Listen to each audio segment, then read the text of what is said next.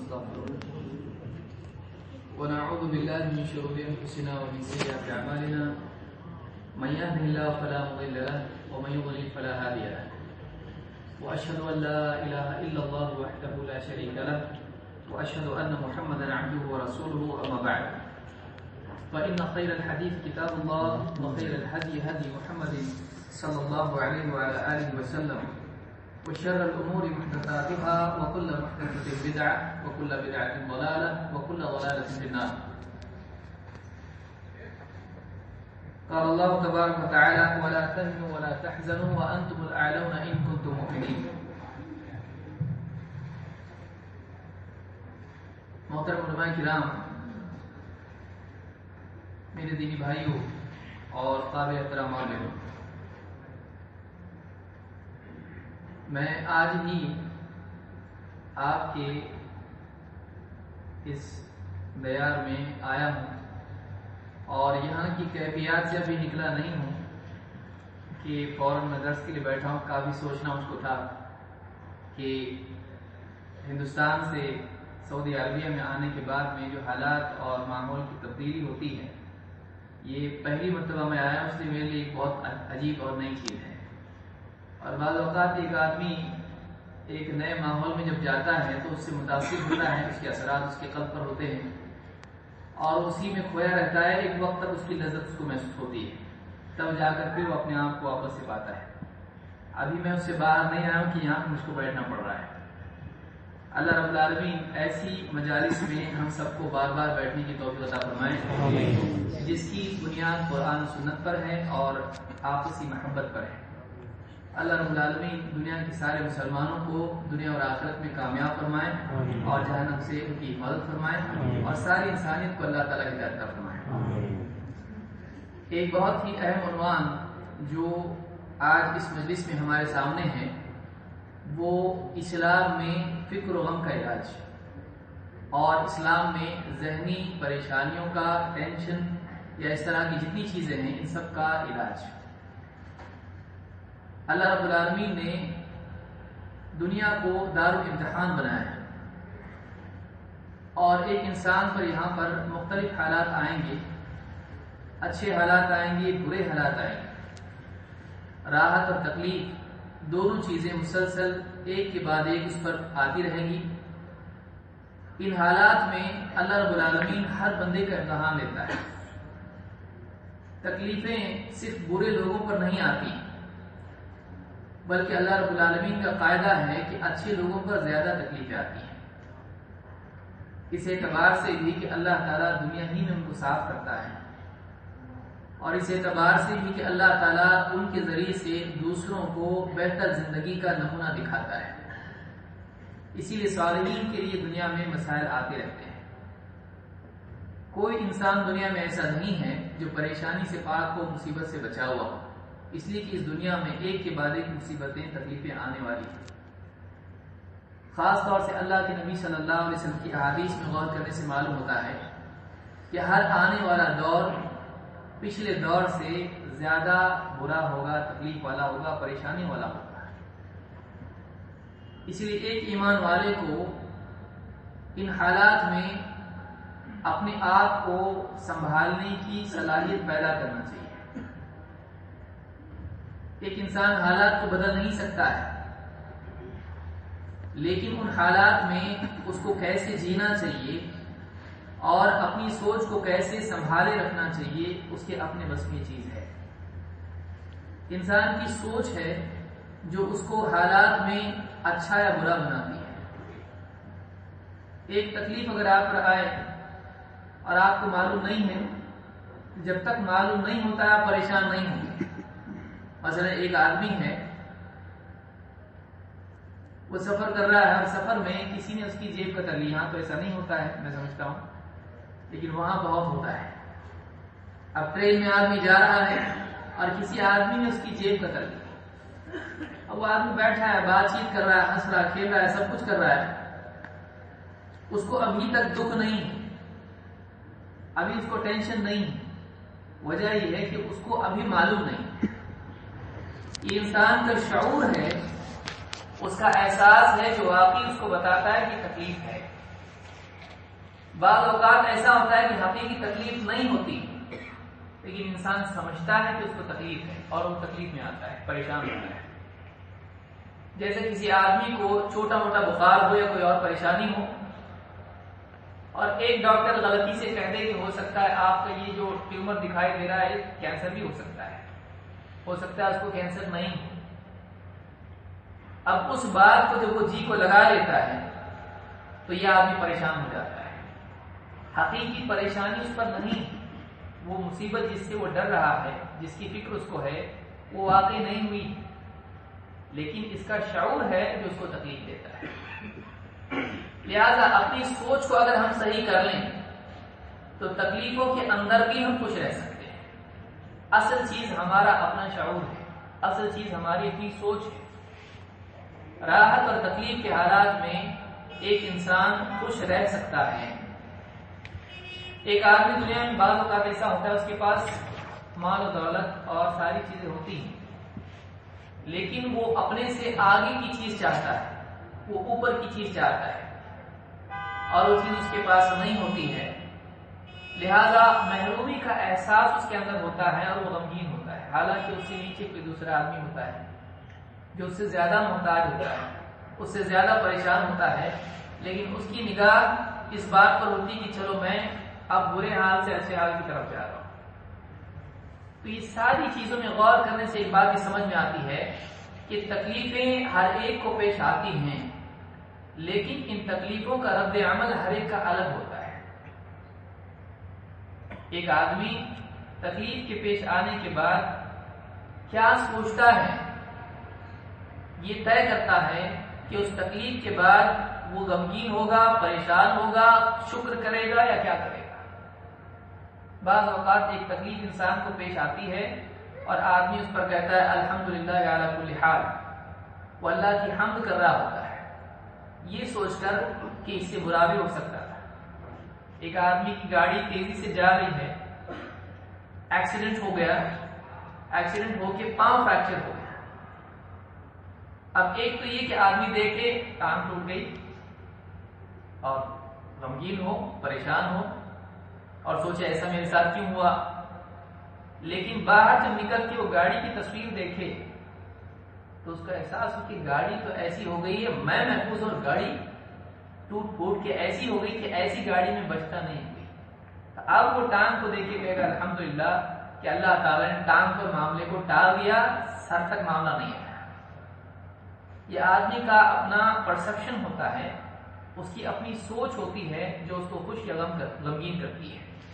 بعض اوقات تکلیف کے باوجود آدمی خوش ہوتا ہے جب اس کے مقابلے میں بڑی تکلیف سے بچنے کا احساس اس کو ہوتا ہے۔ تو ساری چیز گھوم پھر کے آدمی کی سوچ پر آ کے رک جاتی ہے کہ ہماری سوچ کیسی ہے۔ اگر سوچ صحیح ہے تو آدمی تکلیفوں میں بھی خوش رہ سکتا ہے، اور اگر آدمی کی سوچ غلط ہے تو وہ سب کچھ ملنے کے بعد بھی پریشان، غمگین اور دکھی ہو سکتا ہے۔ اور اللہ کا احسان ہے کہ اسلام انسان کو بہترین سوچ دیتا ہے۔ اس سوچ کے ذریعے سے آدمی برے حال میں بھی خوش رہ سکتا ہے اور غم سے بچ سکتا ہے۔ اس سے پہلے کہ باقی نقاط میں ذکر کروں، آپ ایک واقعہ جو بارہا ذکر ہوتا ہے، عمر بن خطاب رضی اللہ تعالیٰ عنہ اللہ کے نبی صلی اللہ علیہ وسلم کے کمرے میں گئے اور آپ کے کمرے میں چیزوں کی قلت اور آپ کے بدن پر بوری کے نشان دیکھ کر رو پڑے۔ آپ صلی اللہ علیہ وسلم اس وقت میں قمیص پہنے ہوئے نہیں تھے اور بوری پر لیٹے تھے، آپ اٹھ کے بیٹھ گئے۔ انہوں نے آپ کے جسم پر بوری کے نشانات دیکھے، نبی صلی اللہ علیہ وسلم کے گھر کے فقر فاقے کے حالات کو دیکھا، رو پڑے۔ حضرت عمر جیسا آدمی جو بہادر اور بہت ہی شدید مانا جاتا تھا، ان کی آنکھوں سے آنسو نکل آئے۔ اللہ کے رسول صلی اللہ علیہ وسلم نے پوچھا ما یبکیک یا عمر، اے عمر کیوں روتے ہو، تم کو کس چیز نے رلایا؟ کہا اللہ کے رسول میں آپ کے گھر کا یہ حال دیکھ رہا ہوں، اللہ کے رسول ہیں آپ، اور یہ قیصر اور کسریٰ ہیں، یہ ثمار اور انہار میں ہیں، مال و دولت اور کثرت میں ہیں، نہروں میں ہیں، باغات میں ہیں، اور آپ اللہ کے رسول ہیں اور آپ کے گھر کا حال یہ ہے۔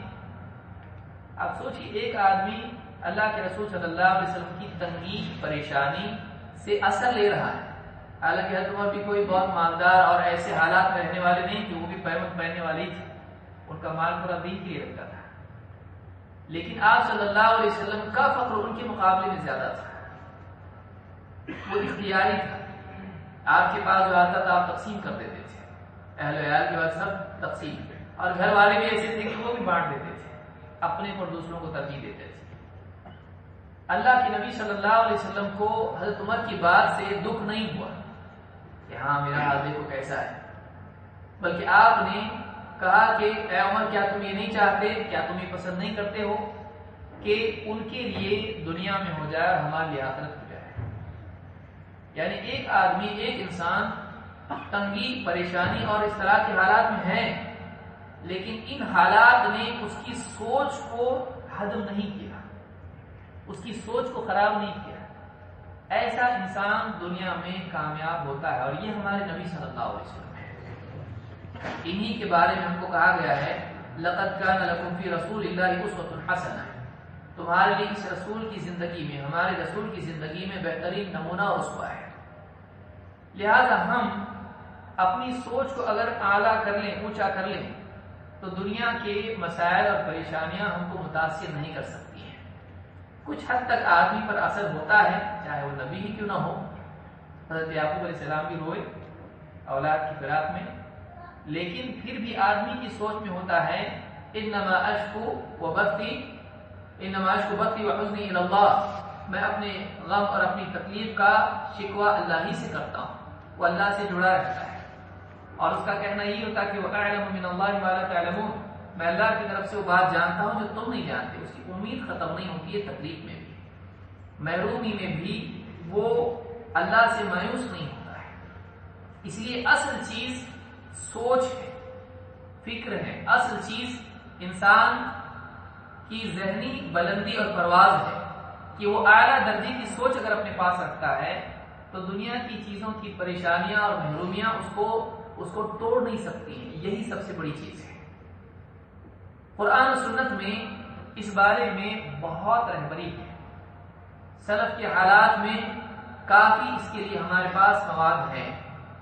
لہذا اس دور میں جس میں معاشی اعتبار سے یا سیاسی اعتبار سے، بیماری کے اعتبار سے یا کسی نہ کسی اعتبار سے آدمی دکھ درد میں، پریشانی میں، تکلیف میں مبتلا ہے، ہم ان حالات کو بدل نہیں سکتے ہیں۔ ایک حد تک آدمی کچھ چیزوں کو بدل سکتا ہے اللہ کی توفیق سے، لیکن ان حالات میں بھی آدمی اپنے آپ کو ٹوٹنے سے کیسے بچائے، وہ کیا چیز سوچے، وہ کن چیزوں پر نگاہ رکھے، وہ کیا اعمال کرے جن کے ذریعے سے وہ برے حالات میں بھی خوش رہ سکے، اپنے آپ کو ٹوٹنے سے بچا سکے۔ یہ قرآن و سنت کی روشنی میں آج ہم کو اس مجلس میں دیکھنا، ویسے عنوان بہت بڑا ہے لیکن میں کوشش کروں گا کہ اختصار سے ساری چیزیں بیان کروں۔ اللہ رب العالمین نے قرآن کریم میں فرمایا وَلَا تَهِنُوا وَلَا تَحْزَنُوا، ہمت مت ہارو، وَلَا تَحْزَنُوا، غمگین مت ہو، وَأَنْتُمُ الْأَعْلَوْنَ إِن كُنتُم مُؤْمِنِينَ، تم ہی غالب رہو گے بشرطے کہ تم ایمان والے ہو۔ اس آیت میں بتایا گیا ہے، اللہ نے اس بات کی ہم کو تاکید کی ہے غم مت کرو، یعنی اللہ یہ چاہتا ہے کہ اہل ایمان غم نہ کریں، وہ غم سے اپنے آپ کو بچائے رکھیں۔ بگڑے ہوئے حالات میں، پریشانیوں میں، چاہے وہ ذاتی ہو یا سماجی ہو، انفرادی ہو یا معاشرے کے اعتبار سے ہو، اہل ایمان ہمت نہ ہارے، چاہے وہ شکست ہو، چاہے وہ تنگی ہو، چاہے وہ پریشانیاں ہوں، چاہے وہ مخالفین کی طرف سے غلبہ ہو، ان حالات میں بھی اہل ایمان ہمت نہ ہارے، کم ہمت نہ ہو اور وہ غمگین نہ ہو۔ اللہ نے فرمایا وَأَنْتُمُ الْأَعْلَوْنَ إِن كُنتُم مُؤْمِنِينَ، تم ہی غالب رہو گے بشرطے کہ تم اہل ایمان ہو، تم مومنین۔ معلوم یہ ہوا کہ غلبے کے لیے بنیادی صفت جو انسان کے لیے درکار ہے وہ ایمان ہے، اسی کے غلبہ ذاتی نہیں ہوتا ہے، وہ نصرت کی بنیاد پر ہوتا ہے، اور نصرت ایمان کی بنیاد پر آتی ہے۔ اللہ تعالیٰ ایمان کی بنیاد پر مدد کرتا ہے۔ خارجی وسائل اضافی چیزیں ہیں، اصل وسیلہ اللہ کی نصرت ہے۔ پھر اللہ کی نصرت اگر انسان کے ساتھ ہو تو پھر وسائل کی قلت بھی اس کو نقصان نہیں پہنچاتی ہے۔ لہذا اللہ رب العالمین نے پہلا وسیلہ غلبے کا ذکر کیا اور کہا جو بنیادی ہے اور جو شرط ہے، کہا کہ وَأَنْتُمُ الْأَعْلَوْنَ إِن كُنتُم مُؤْمِنِينَ، تم ہی غالب رہو گے، شرط یہ ہے کہ تمہارے پاس ایمان ہونا چاہیے۔ یہ ایمان ساری نعمتوں میں سب سے بڑی نعمت ہے، اس کے بغیر ایک انسان دنیا میں بھی ناکام ہے اور آخرت میں بھی ناکام ہے۔ اور ایمان انسان کو بہتر سوچ دیتا ہے، ایمان اللہ کے بارے میں صحیح معرفت، آخرت کے بارے میں صحیح عقیدہ، رسول کے سلسلے میں صحیح انسان کا طرز عمل اور زندگی کے اصولوں کے اعتبار سے حق اور باطل کی تمیز، یہ ایمان کے بغیر انسان کو نہیں مل سکتی ہے۔ لہذا ایک انسان کے لیے سب سے پہلی چیز یہ ہے کہ وہ اللہ اور اس کے رسول پر ایمان رکھے، آخرت پر ایمان رکھے، تقدیر پر ایمان رکھے، اس لیے کہ مصیبتوں میں تقدیر کا عقیدہ بنیادی چیز ہے جس سے مصیبتوں سے آدمی نجات بھی پا سکتا ہے اور مصیبتوں کی مصیبت سے آدمی متاثر ہوئے بغیر رہ سکتا ہے۔ آئیے ایک ایک کر کے دیکھتے ہیں اس سلسلے میں قرآن و سنت میں کیا باتیں بیان کی ہیں۔ اللہ تعالیٰ فرماتا ہے کل نفس ذائقۃ الموت وَنَبْلُوكُمْ بِالشَّرِّ وَالْخَيْرِ فِتْنَةً وَإِلَيْنَا تُرْجَعُونَ، ہر جاندار کو تم میں سے کل نفس ذائقۃ الموت، ہر جاندار کو موت کا مزہ چکھنا ہے، ہر ایک کو موت آنے والی ہے، موت سے کوئی فرار اختیار نہیں کر سکتا ہے۔ وَنَبْلُوكُمْ بِالشَّرِّ وَالْخَيْرِ فِتْنَةً، اور ہم تم کو آزماتے ہیں خیر کے ذریعے سے، شر کے ذریعے سے، امتحان کے طور پر۔ وَإِلَيْنَا تُرْجَعُونَ، اور پلٹ کے تم کو ہماری طرف آنا ہے۔ موت آنے والی ہے لیکن موت سے قبل زندگی ہے، اس زندگی میں آزمائشیں ہیں، کبھی اچھے حالات کبھی برے حالات، لیکن دونوں حالات امتحان کے لیے اور یہ اللہ کی طرف سے متعین ہے۔ ان حالات میں آدمی کیا کرتا ہے، اللہ تعالیٰ مختلف حالات میں اس کو ڈالتا ہے اور ان حالات میں جو رد عمل انسان پیش کرتا ہے اس کے مطابق اس کا فیصلہ ہوتا ہے۔ اچھے حالات میں شکر اور برے حالات میں صبر۔ اللہ کے نبی صلی اللہ علیہ وسلم فرماتے ہیں عجبا لامر المؤمن ان امرہ کلہ خیر، مومن کا حال بڑا عجیب ہے اور وہ ہر حال میں خیر ہی سمیٹتا ہے، اس کا ہر حال خیر والا ہوتا ہے۔ وَلَيْسَ ذَاكَ لِأَحَدٍ إِلَّا لِلْمُؤْمِنِ، اور یہ چیز مومن کے سوا کسی کو نصیب نہیں ہوتی ہے۔ ان اصابته سراء شکر فکان خیرا لہ، اس پر خوشی کے حالات آتے ہیں تو اس پر وہ اللہ کا شکر کرتا ہے اور یہ چیز اس کے لیے خیر ثابت ہوتی ہے۔ وَإِنْ أَصَابَتْهُ ضَرَّاءُ صَبَرَ فَكَانَ خَيْرًا لَهُ، اور جب اس پر تکلیف اور تنگی اور پریشانی کے حالات آتے ہیں تو وہ صبر کرتا ہے اور یہ بھی اس کے لیے خیر ہی بن جاتا ہے۔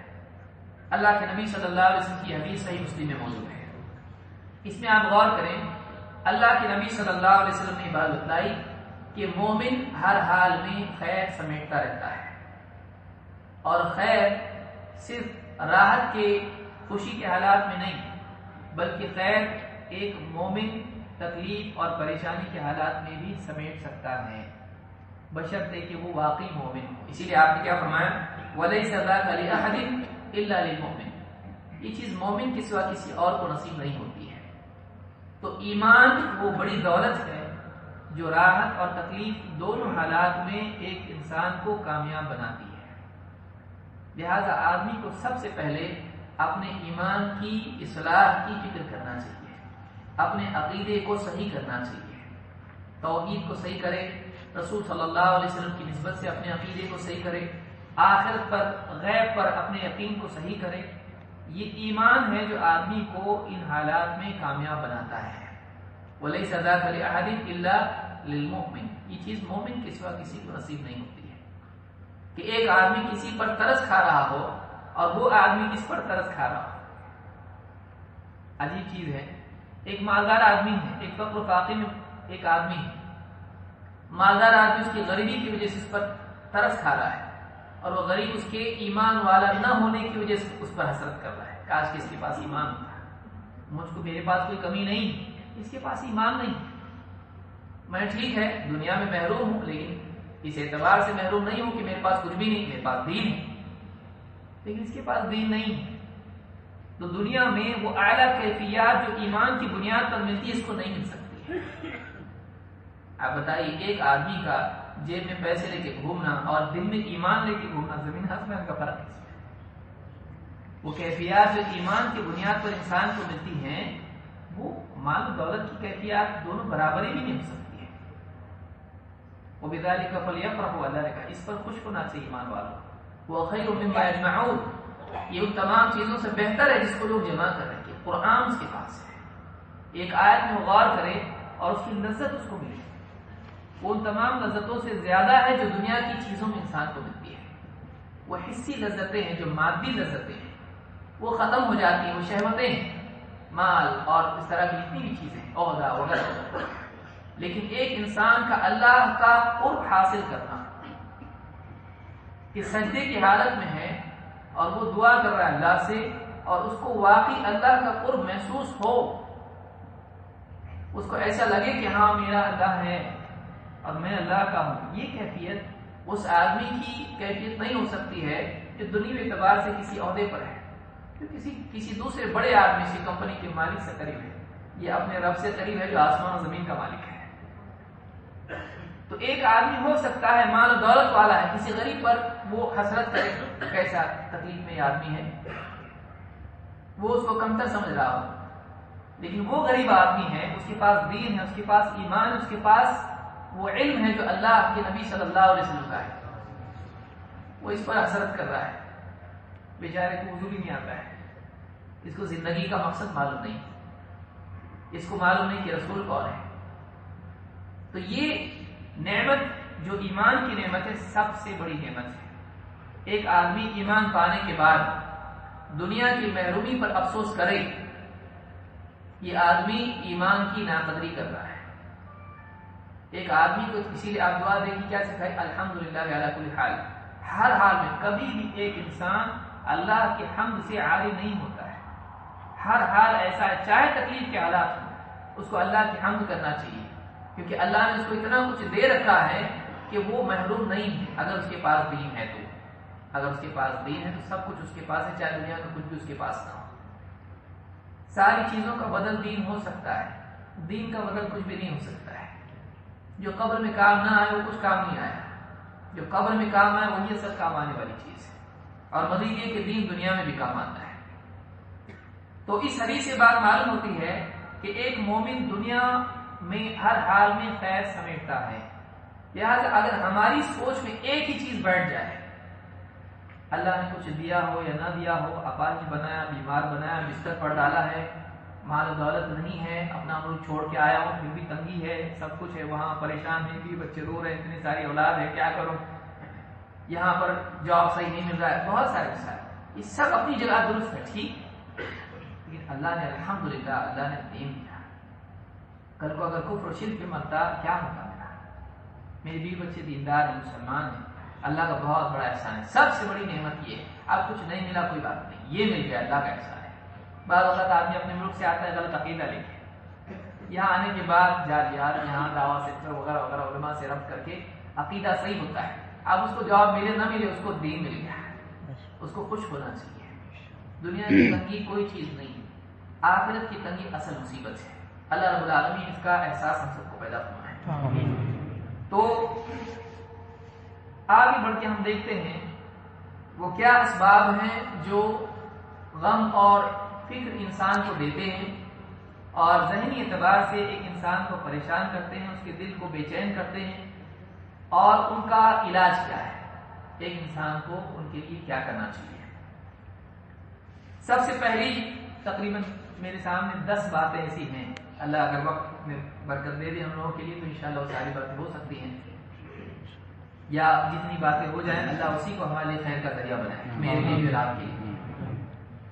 پہلی چیز معاشی مسائل ہیں، اس لیے کہ آج آدمی کے اکثر مسائل یہی مسائل جن کی وجہ سے ایک آدمی حلال و حرام کو ایک کر دیتا ہے، یہی مسائل جن کی وجہ سے آدمی دین بیچ دیتا ہے. حدیث میں جیسے آیا ہے کہ ابھی عدین ہو بعرض من الدنیا، دنیا کے بدلے اپنے دین کو بیچ دے گا، ایک وقت ایسا بھی آئے گا۔ یہی وہ مال کے مسائل ہیں جن کی وجہ سے آدمی قتل و غارت گری تک آ جاتا ہے، دھوکے تک آتا ہے، خیانت کرتا ہے، غبن کرتا ہے۔ یہی وہ مال کے مسائل ہیں، تنگی ہے، جس کی وجہ سے ایک آدمی اللہ کی شکایت کرتا ہے، ناشکری کرتا ہے۔ یہی وہ دنیا کے مسائل ہیں، معاشی مسائل ہیں، جن کی وجہ سے ایک آدمی کی نیند خراب ہو جاتی ہے۔ دنیاوی مسائل کے تعلق سے ایک آدمی پریشان جب ہوتا ہے تو بعض اوقات دینداری چھوڑ دیتا ہے۔ کتنے لوگ نمازیں نہیں پڑھتے ہیں معاش کی وجہ سے۔ یہاں تو الحمدللہ ماحول اچھا ہے، آپ دوسرے ملکوں میں دیکھیں آپ کو دکھائی دے گا کہ لوگ ہفتہ مہینہ نماز نہیں پڑھتے ہیں۔ آدمی دکان پہ بیٹھا ہوا ہے، اس کو کوئی اثر نہیں ہے، گاہک کے انتظار میں ہے، اذان سنتا ہے لیکن نماز کو نہیں جاتا ہے۔ کیوں؟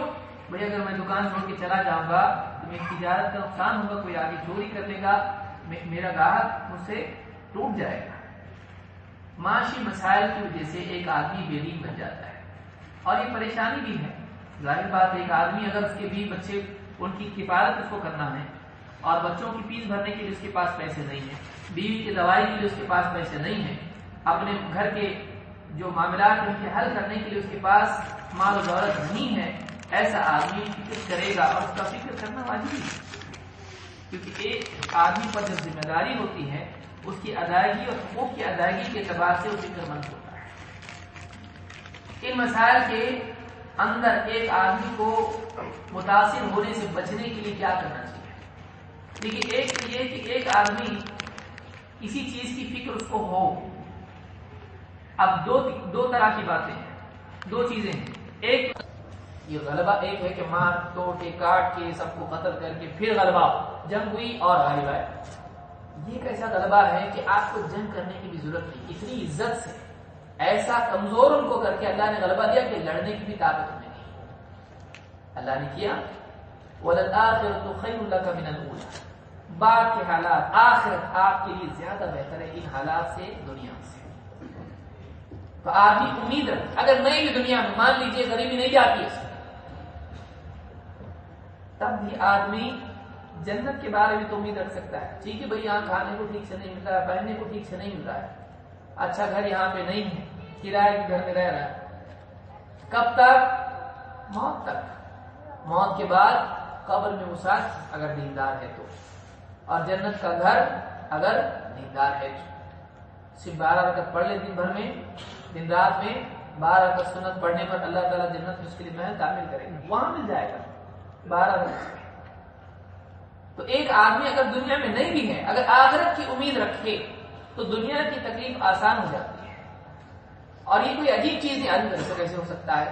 ماں باپ کر چکے ہوتے ہیں اس چیز کو۔ کتنے ماں باپ ہیں جو روکا سوکھا کھا لیتے ہیں، تنگی برداشت کر لیتے ہیں، وہی پیسہ بچے کی فیس میں ڈالتے ہیں، کل کو انجینئر بنے گا، پھر بڑھاپے میں اچھے سے رہیں گے۔ آج تنگی سے جی لیں گے، اپنی اولاد کو اچھے سے پڑھائیں گے، اچھا جاب لگے گا، جب انجینئر ڈاکٹر بنے گا تب آرام سے رہیں گے۔ وہ آج کی تکلیف کو برداشت کر لیتے ہیں کل کی راحت کے لیے۔ دنیا میں کرتا ہے آدمی، ایک آدمی دنیاوی بنیاد پر انجینئر اور ڈاکٹر کے لیے کر سکتا ہے، ہم آخرت کے لیے نہیں کر سکتے۔ ایک آدمی اپنی اولاد پر اعتماد کر کے کر سکتا ہے کہ یہ میرا بیٹا ڈاکٹر بنے گا اور کل کو ہم کو خوش رکھے گا۔ اللہ پر اعتماد کر کے آدمی نہیں کر سکتا ہے، پھر ایمان کہاں ہے؟ اسی لیے اصل چیز ایمان ہے۔ تو یہاں نبی صلی اللہ علیہ وسلم کو بتلایا گیا آخرت آپ کی دنیا سے بہتر ہے، یعنی فیوچر کی امید رکھنا۔ امید آسانی پیدا کرتی ہے، ہلکا کرتی ہے دکھ، تکلیف کو ہلکا کرتی ہے۔ اور وَلَسَوْفَ يُعْطِيكَ رَبُّكَ فَتَرْضَىٰ، اور ان قریب یقیناً آپ کا رب آپ کو ایسا عطا کرے گا، اتنا عطا کرے گا کہ وہ آپ کو راضی کر دے گا۔ اللہ کے اجر پر نگاہ رکھنا، ایک تو ہے مستقبل کا وعدہ، حالات بدلیں گے، دوسری یہ کہ اب جو حالات میں تکلیف اٹھا رہا ہے اس کا کیا، یہ بھی اللہ ضائع نہیں کرے گا۔ اس تکلیف پر اللہ تجھ کو وہ اجر دے گا کہ تو راضی ہو جائے گا۔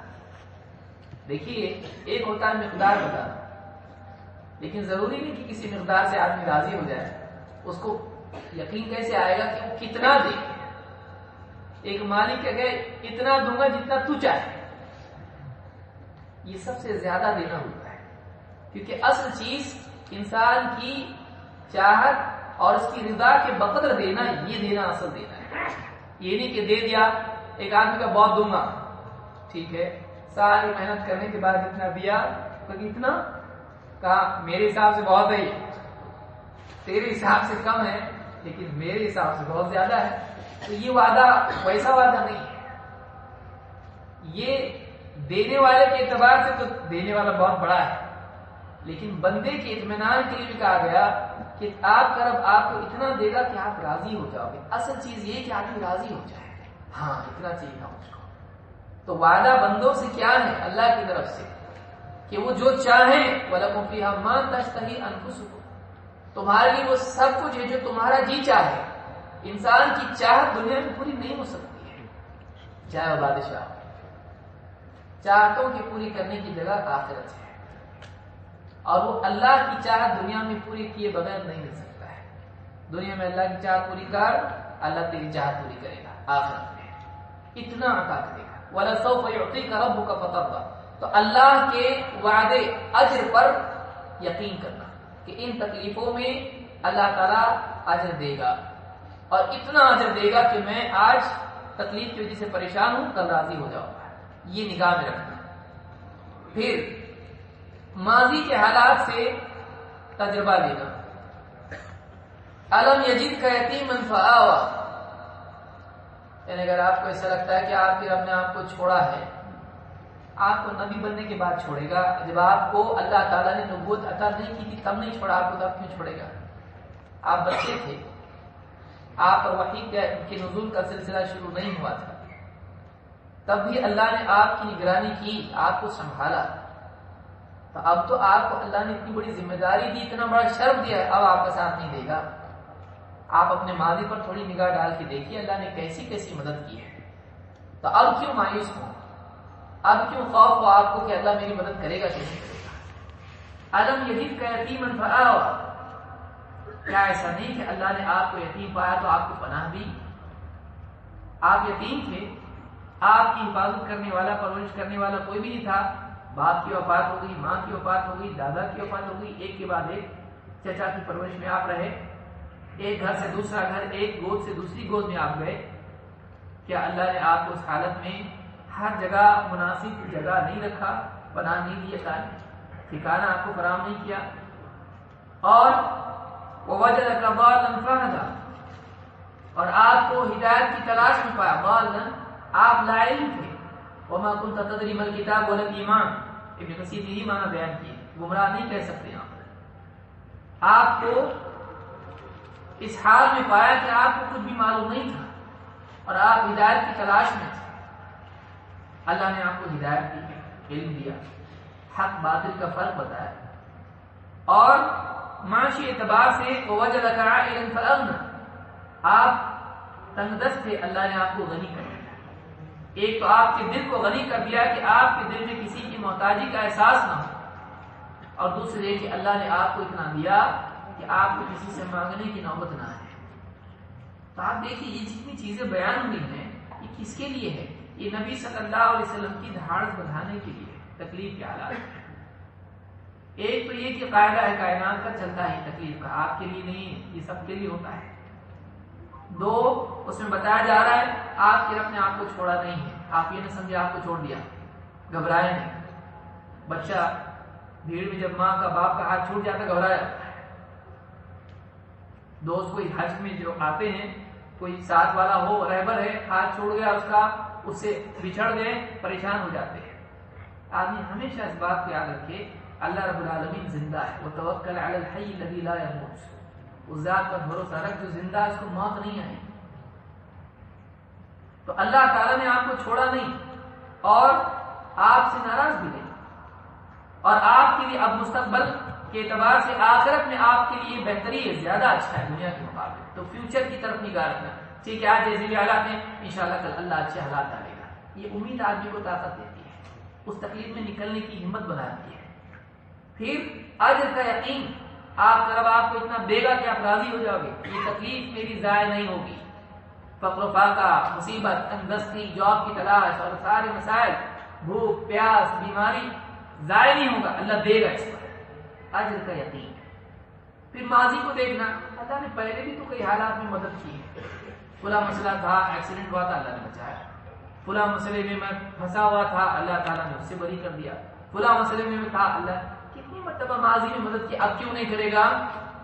تو ماضی کے اللہ کے جو معاملات اس کے ساتھ رہے ہیں، وہ سوچتا رہا کہ شاید کے حالات نہیں بدلیں گے، مصیبت یہ نہیں جائے گی، اب کہ تو میں ہلاک ہو جاؤں گا، لیکن اللہ نے اس میں سے نکالا، تو اس میں سے بھی نکال دے گا، اس سے بھی نجات دے گا۔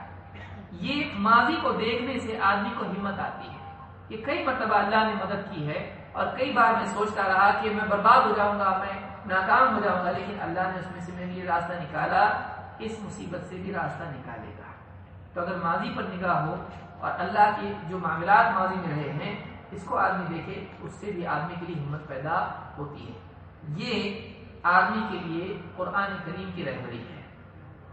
اگر واقعی آدمی غور کرے، اس میں مزید علماء بہت ساری چیزیں بتاتے ہیں، اس پہ آدمی کو واقعی فائدہ ہو سکتا ہے۔ نمبر 1 یہ چیز آپ نے دیکھی کہ ماضی کی نصرت اور مستقبل کے وعدوں پر نگاہ، بنیادی چیز۔ اللہ نے پہلے کیسے مدد کی اور آگے اللہ مدد کر سکتا ہے، اس کے وعدوں پر نگاہ رکھنا، وعدوں پر نگاہ رکھنے سے ہمت آتی ہے آدمی میں۔ نمبر 2 اسی ضمن میں کہ ایک آدمی کو معاشی مسائل میں اور ناکامیوں میں کیا کرنا چاہیے۔ آدمی کوشش کرتا ہے، بزنس میں ڈال دیا پیسہ، فیل ہو گیا، پورا پیسہ چلا گیا، لاس ہو گیا، پھر وہاں سے اٹھا کے دوسرے بزنس میں ڈالا، پھر ناکام۔ تو ناکام ہوتے ہوتے بعض اوقات آدمی ہمت ہار جاتا ہے، سوچتا چھوڑ دو، کچھ نہیں ہوتا ہے۔ بعض اوقات بہت سارے لوگ خودکشی کر لیتے۔ جب ریسیشن آیا تو اس وقت میں کئی لوگوں نے خودکشیاں کی۔ آپ سوچیے کہ ایک آدمی کیوں خودکشی کرے؟ کیوں خودکشی آدمی کیوں کرتا ہے؟ اس لیے کرتا ہے کہ وہ یہ سمجھتا ہے فیوچر میں میرے لیے اب کچھ نہیں بچا۔ جب آدمی یہ ایمان اس کے پاس ہو، وہ سمجھے کچھ نہیں بچا، نہیں، میرے پاس اللہ ہے نا، میرے پاس اللہ ہے، کچھ نہیں کیا ہے، اللہ ہے میرے پاس، اور ساری دنیا کس کی ہے؟ اللہ کی ہے۔ رات دن کا نظام کون بناتا ہے؟ اندھیرا اجالا کون لاتا ہے؟ اللہ لاتا ہے۔ تو جس نے اندھیرا لایا وہ اجالا بھی لائے گا، خیر ہوتا ہے۔ آدمی تھوڑا رک جائے، تو کچھ ہی نہ کرے، آدمی اپنے آپ کو ہلاک نہ کرے، تو ایسے آدمی کے راستہ نکلتا ہے۔ دوسری چیز اس میں یہ ہے کہ ایک آدمی جب پریشانی میں ہو، مثلا معاشی مسائل ہی کو دیکھ لیجیے، اپنے سے کمتر پر نگاہ رکھے تو شکر پیدا ہوتا ہے، اور اپنے سے بہتر پر نگاہ رکھے دنیا کے معاملے میں تو شکایت پیدا ہوتی ہے۔ ایک آدمی اس نے بائک خریدی، بہت خوش ہے، الحمدللہ تبارک اللہ ماشاء اللہ بائک لایا نہیں۔ اب آ کے دیکھ رہا ہے اس کا جو پڑوسی ہے وہ بھی بائک والا تھا، اس نے بائک لی اس کی وجہ سے کہ اس کے پاس ہے تو میرے پاس بھی ہونا چاہیے۔ وہ روزانہ بائک چلا کے جاتا ہے، یہاں تو ویسے کار ہوتی ہے عام طور سے، ہمارے زیادہ تر بائک لوگ چلاتے ہیں۔ اب اس کی ٹکر بھی اس نے لی، اب جب اس نے بائک لائی تو اس نے کار لی۔ اب بتائیے جو بائک کی خوشی اس کی کیا ہوگی؟ کافور، کیونکہ اس کی نگاہ کس پر ہے؟ اپنے سے بہتر پر ہے۔ دنیا میں ہمیشہ ہم سے بہتر کوئی نہ کوئی ہوگا، مال کے اعتبار سے، دنیا کے اعتبار سے، عہدے کے اعتبار سے، گھر کے اعتبار سے۔ اگر ہم اپنے سے بہتر کو دیکھتے رہیں گے، ہمیشہ غمگین رہیں گے کہ میرے پاس کم ہے، اور اس کے نتیجے میں اللہ کی شکایت پیدا ہوگی، کیا اللہ اس کو دیا مجھ کو نہیں دیا، میں نے کیا غلط کام کیا، 5 ٹائم کی نماز پڑھتا ہوں تو پڑھتا بھی نہیں، تو آدمی کو شکایت پیدا ہوگی۔ لیکن اگر یہی آدمی ایک دوسرے آدمی کو دیکھے کہ جس کے پاس کار نہیں، بائک بھی نہیں، جو پیدل جاب کو جاتا ہے دھوپ میں اور پیدل آتا ہے شام کو تھکا آتا ہے، بائسیکل پر جاتا ہے، ابھی بھی وہ غربت میں پڑا ہوا ہے، تو اس کے دل میں شکر پیدا ہوگا، اللہ کا احسان ہے، اللہ نے مجھ کو ایسا نہیں بنایا، اللہ نے کم سے کم بائک تو دی مجھ کو، کار نہیں دی کوئی بات نہیں، کار بیکار ہے، بائک تو میرے لیے ٹھیک ہے۔ اپنے سے کمتر کو دیکھنا شکر پیدا کرتا ہے، اور اپنے سے بہتر کو دیکھنا دنیا میں، دنیاوی اعتبار سے، مال دولت کے اعتبار سے شکایت اور غم پیدا کرتا ہے۔ لہذا جب بھی انسان کے سامنے کوئی ایسا آدمی آئے جو اس سے بہتر ہے دنیا میں، وہ فوراً ایسے آدمی کی طرف اپنی نگاہ کرے جو اس سے کم ہے، تاکہ بیلنس ہو جائے اور ریسیٹ ہو جائے۔ اپنے آپ کو ریسیٹ کرنا بہت ضروری ہے، ورنہ اپسیٹ ہو جائے گا۔ اللہ کے نبی صلی اللہ علیہ وسلم فرماتے ہیں اذا نظر احدكم الى من فضل عليه في المال والخلق ولينظر الى من هو اسفل منه، تم میں سے کوئی آدمی اگر اس کی نگاہ کسی ایسے شخص پر پڑے جو مال اور خلق میں جسمانی اعتبار سے بہت ہینڈسم ہے، بہت ہیلدی ہے، اس کو دیکھے، اس کی نگاہ مال اور جسم کے اعتبار سے، خلق کے اعتبار سے کسی پر پڑے جو اس سے بہتر ہے، تو وہ کسی ایسے کو بھی دیکھ لے جو اس سے اس معاملے میں کمتر ہے۔ کیوں؟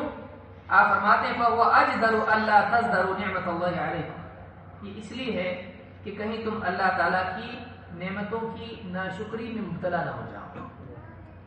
اس حدیث کو امام مسلم نے روایت کیا اور بخاری نے پہلا حصہ روایت کیا ہے۔ اس حدیث سے بات معلوم ہوتی تھی کہ کتنا بڑا اصول خوش رہنے کا نبی صلی اللہ علیہ وسلم نے کیا ہے۔ دنیا میں تم سے بہتر لوگ ہوں گے، سب سے بہتر تم ہوں گے، ہر آدمی تو نہیں ہو سکتا ایسا، تو ہر ایک سے کوئی نہ کوئی دنیا میں بہتر ہوگا، صحت کے اعتبار سے ہو سکتا ہے، خوبصورتی کے اعتبار سے ہو سکتا ہے۔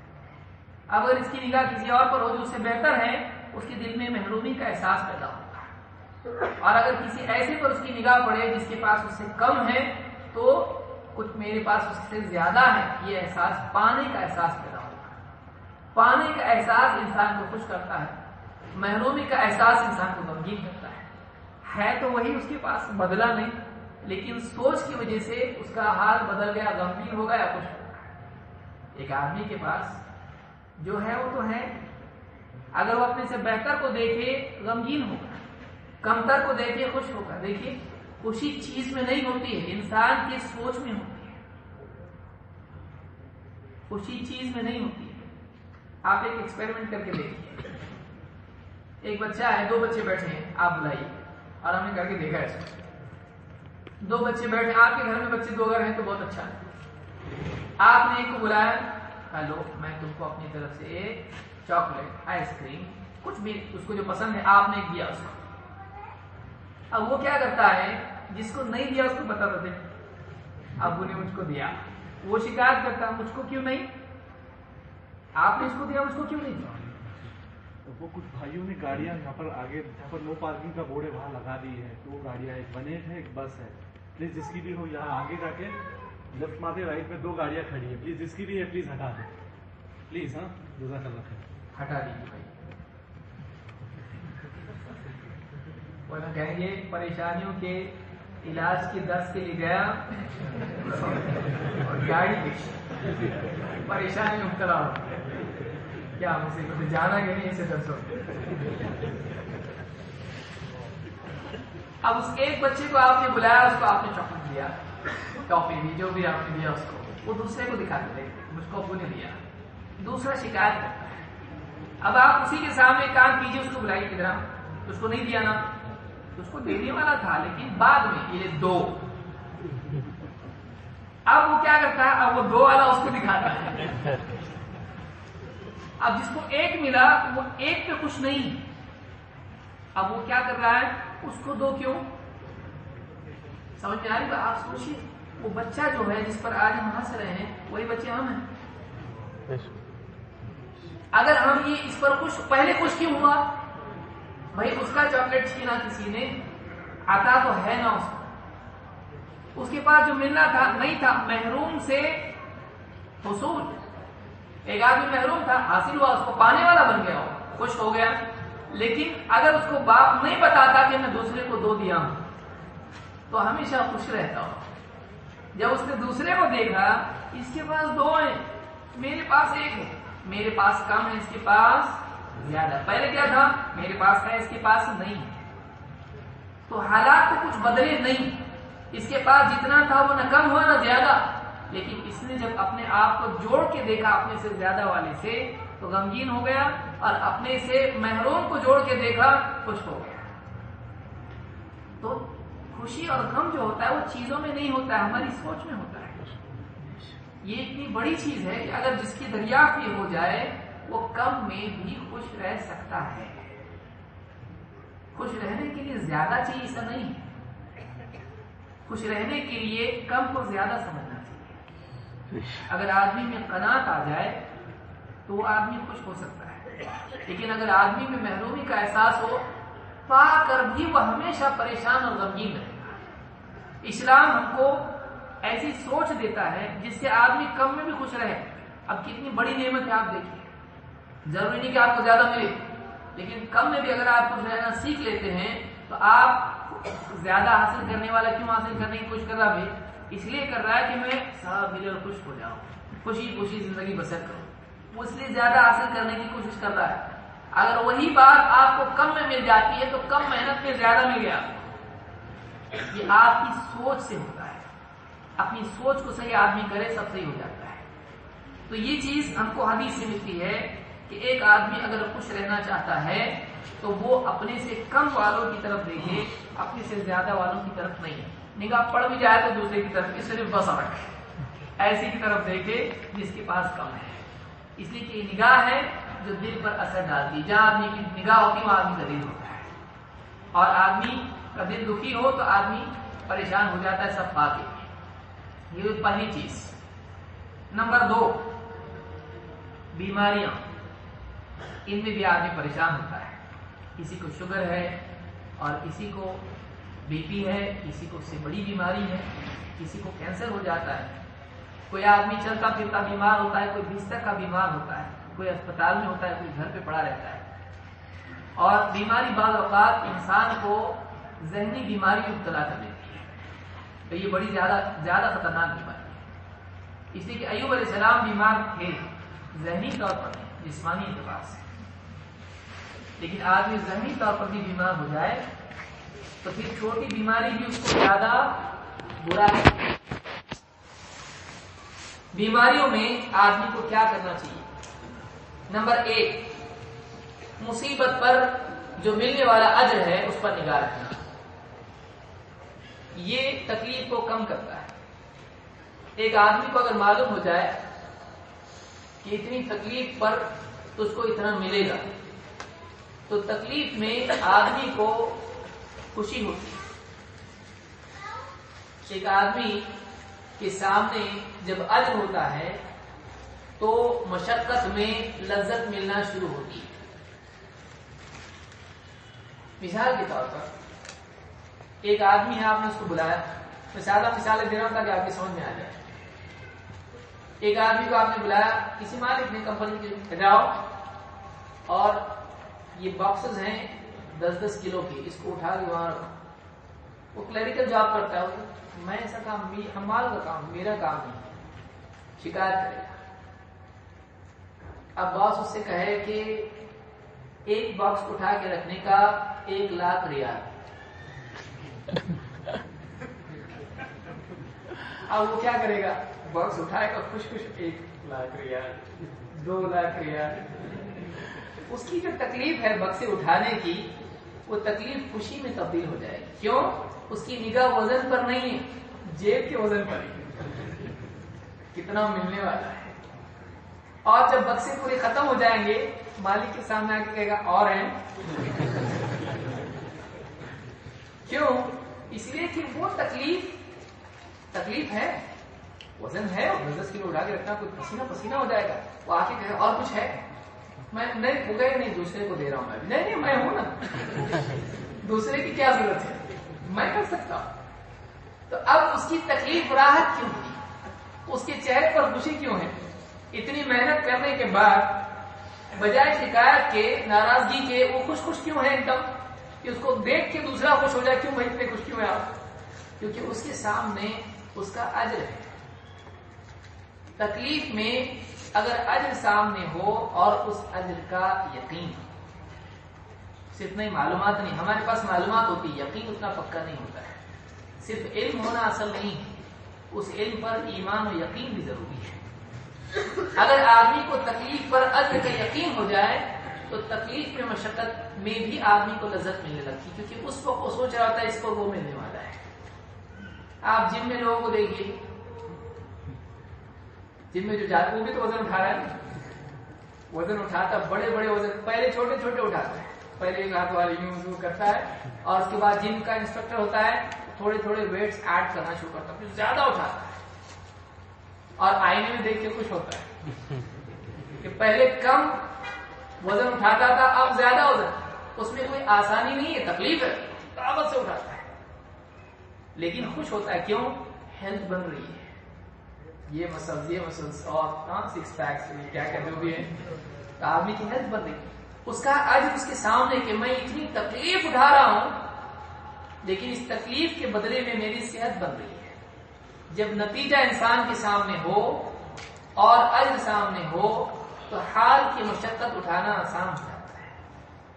جب بھی کوئی آدمی بیمار ہو، چاہے چھوٹا بخار کیوں نہ ہو یا بڑا کینسر ہو یا کچھ بھی ہو، اللہ ہم سب کچھ پاتا فرمائے جس کو بھی بیماری ہے اور محفوظ رکھے ایسی بیماریوں سے، ایسی کوئی تکلیف میں آدمی مبتلا ہو جائے، اس وقت میں اس کی نگاہ میں ہو کہ اس پر اللہ ایسا اجر دے گا، انما یوفی الصابرون اجرهم بغیر حساب، اللہ تعالیٰ صبر کرنے والوں کو بلا حساب بے حساب دے گا، حساب ہی نہیں۔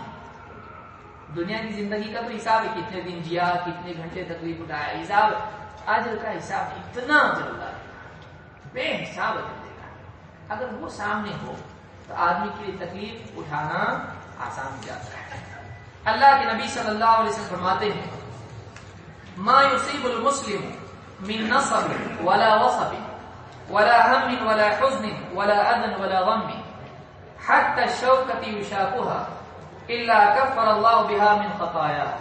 امام البخاری مسلم دونوں نے اس کو روایت کیا ہے۔ جو کوئی مسلم اس کو کوئی تکلیف پہنچتی ہے، تھکن کے اعتبار سے، تکلیف کے اعتبار سے، فکر کے اعتبار سے، غم کے اعتبار سے اور دنیوی تکلیف کے اعتبار سے، چوٹ وغیرہ کے اعتبار سے یا کوئی دکھ کے اعتبار سے، یہاں تک کہ کانٹا بھی اس کو چبھتا ہے، پاؤں میں کانٹا چبھ گیا، بس کانٹا بھی اس کو اگر چبھتا ہے تو اللہ تعالیٰ اس تکلیف کے بدلے میں اس کے گناہوں کا کفارہ کر دیتا ہے، یعنی اس کے گناہ مٹا دیتا ہے۔ تو ایک آدمی جب تکلیف کے بدلے، دیکھیے کفارہ ہونا کہ گناہ کے بدلے میں آدمی کو جہنم میں جانا پڑے گا۔ ایک عورت جہنم میں کیوں گئی؟ اس نے بلی کو باندھ کے رکھا، اس کو کھانے نہیں دیا اور کھلا بھی نہیں چھوڑا، وہ بھوک سے بلی مر گئی، اللہ تعالیٰ نے اس کے بدلے میں اس کو جہنم میں ڈال دیا۔ اللہ اس گناہ پر کسی پکڑ کرے ہم نہیں بول سکتے، اللہ ہم سب کی حفاظت فرمائے۔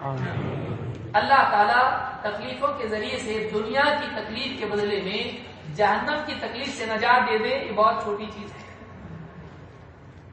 اگر آدمی یہ سوچے کہ یہ جو تکلیف آ رہی ہے اس کے بدلے مجھ کو جہنم کی تکلیف سے نجات ملے گی، تو اس تکلیف میں بھی آدمی کو لذت ملے گی۔ مان لیجیے ایک آدمی چوری کرتا ہے، اب پولیس نے پکڑا، اس کو لے جا رہے ہاتھ کاٹنے کے لیے۔ اب اگر کوئی آ کے اس سے کہے آئندہ کرے گا تو اس کو گھوسے مارے اور ہاتھ پاؤں لات مار جو بھی مارنا ہے جتنا پٹائی کرے خوب مارے کہ جا آئندہ نہیں کرنا، ہاتھ نہیں کاٹنے کی طرح، غلطی ہوگی تھی، بھوک کی وجہ سے کیا، جو بھی وجہ ہے اس کی پٹائی کر دی، چھوڑ دیا اس کو، یا رحم کھا کے چھوڑ دیا، رشوت پہ جو بھی ہے اللہ بات فرمائے سے۔ لیکن یہ آدمی جب چھوٹ کے نکل گیا، اب یہاں دکھ رہا ہے، یہاں دکھ رہا ہے، بہت مار کھایا پولیس کا، لیکن اس کو کیا رہا ہے، ہاتھ نہیں کٹا، ہم نہیں کٹا۔ بڑی تکلیف سے بچنے کی خوشی انسان کو چھوٹی تکلیف ہلکی کر دیتی ہے۔ ایک آدمی اس کو جیل میں ڈالنے کی بجائے کوئی تماچا لگا کے پولیس کہے آئندہ نہیں کرنا جاؤ، تو تماچا اس کو غمگین نہیں ہوگا، خوش ہوگا، الحمدللہ کہے گا، کیوں؟ اتنے پہ کام چلا ورنہ جیل میں چلا جاتا ہے۔ جب آدمی کے سامنے بڑی تکلیف ہوتی ہے تو اس سے بچنے کی خوشی چھوٹی تکلیف کو ہلکا کر دیتی ہے، کیونکہ ہمارے سامنے جہنم نہیں ہوتی ہے، لہذا دنیا کی چھوٹی چھوٹی تکلیفیں بھی ہم کو بڑی دکھائی دیتی ہیں۔ جیسی جہنم ہمارے سامنے ہو اور ہمارے دل کا احساس یہ ہو کہ اس تکلیف کی وجہ سے اس تکلیف سے نجات مل رہی ہے، تو آدمی کے لیے وہ تکلیف برداشت کرنا آسان ہو جاتا ہے۔ تو یہاں پر آپ نے فرمایا کہ جو بھی تکلیف آدمی کو پہنچتی ہے، اللہ تعالیٰ یہاں تک کہ کانٹا بھی چبھتا ہے تو اللہ تعالیٰ اس کے بدلے میں اس کی خطاؤں کو معاف کر دیتا ہے، اس کی گناہوں کا کفارہ کر دیتا ہے، یعنی آخرت میں سزا اس سے ٹل جائے گی، معاف ہو جائے گی۔ تو یہ گناہوں کی سزا دنیا ہی میں بعض اوقات اللہ دیتا ہے، بیماری کی شکل میں یا مرض کی شکل میں یا غم کی شکل میں، تاکہ آخرت میں بندے کو جہنم سے محفوظ رکھے. جب بیمار ہوا آدمی وسلم کو آیا بستر پر پڑا ہے, کیا اللہ تم نے ایسا کیوں کیا میرے ساتھ؟ آدمی سوچتا ہے, اگر وہ یہ سوچے کہ ہو سکتا ہے مجھ سے کوئی ایسا گناہ ہوا ہو کہ جس کی سزا بہت بڑی تھی, جہنم میں آج بستر پر پڑا ہوں, اے سی کمرہ ہے, راحت سے بیڈ بنا ہوا ہے, ڈاکٹر برابر آتا ہے چیک کرتا ہے, یہ تکلیف اچھی یا جہنم کی آگ میرے لیے بچھونا بنا دی جائے؟ آگ کا بچھونا اچھا ہے یا پھر یہ بچھونا اچھا ہے؟ تو آدمی جب اس کو سامنے رکھتا ہے تو یہ ہلکا ہو جاتا ہے. تو اس کو چاہیے کہ وہ آخرت کی تکلیف کو سامنے رکھے اور گناہ کے کفارے کو سامنے رکھے. اسی طرح سے موت کی یاد بھی بیماری میں خوشی بن جاتی ہے. موت ویسے عام طور سے خوشی کا ذریعہ نہیں بنتی ہے, آدمی گھبرا جاتا ہے. کوئی بھی ڈاکٹر بول دے آپ 2 مہینے کے مہمان ہو تو 1 مہینہ ویسے بھی اس کا کم ہو جائے گا. آدمی غمگین ہو جاتا ہے, فکر مند ہو جاتا ہے, وزن کم ہو جاتا ہے, ذہنی توازن بگڑ جاتا ہے. لیکن اگر ایک آدمی بستر پر پڑا ہے, وہ سوچ رہا کب تک میں اسی طرح سے پڑا رہوں گا, ڈاکٹر اس سے کہے زیادہ دیر نہیں ہے, 1 مہینہ 2 مہینہ ہے آپ کا وقت, اس سے زیادہ نہیں. ایک آدمی پریشان ہے, نہ وہ ہل سکتا ہے نہ بات کر سکتا ہے, جسم میں کئی نالیاں لگی ہوئی ہیں, کئی پائپ لائن لگے ہوئے ہیں, بات بھی نہیں کر سکتا ہے, پیشاب پخانے کی تکلیف ہے, اب کچھ نہیں بچا, بڑھاپے کی آخری حد کو پہنچ چکا ہے. اب وہ سوچتا اگر اس کے لیے کہا جائے, ڈاکٹر آ کے کہے کہ آپ ابھی اور 100 سال جیو گے, آپ سوچیے وہ کیا کہے گا, یہ میرے لیے سزا ہے. اگر ایسا آدمی بڑھاپے کی آخری حد کو پہنچ چکا ہے, بستر پہ پڑا ہوا ہے, ہل بھی نہیں سکتا ہے, بیماری میں مبتلا ہے, اس کو اگر ڈاکٹر آ کے کہے کہ آپ اور 100 سال جیو گے, تو آدمی کہے گا میں نے کیا گناہ کیا تھا جتنی موت. اگر اس کو کہتا ہے کہ نہیں موت تک بس اور کچھ بھی نہیں, موت آئے گی تو اس سے نجات ہے, اور اگر تم نے صبر کیا, ایمان کے ساتھ گئے, نبی صلی اللہ علیہ وسلم کے دین پر چلے گئے, تو پھر جنت میں چلنا پھرنا, دوڑنا, کھانا پینا سب کچھ ہے. اگر پیٹ کی بیماری سے مرو گے, شہادت ہے, کتنی بڑی نعمت ہے. تو موت تک برداشت کر لو, موت کے بعد یہ حال نہیں رہنے والا ہے. تو اس کے لیے موت کا تصور خوشی بن جائے گا. تو کب تک؟ موت تک. موت آئی سب آزاد ایک کا, پھر یہ بستر پر پڑا ہوا میں نہیں رہوں گا.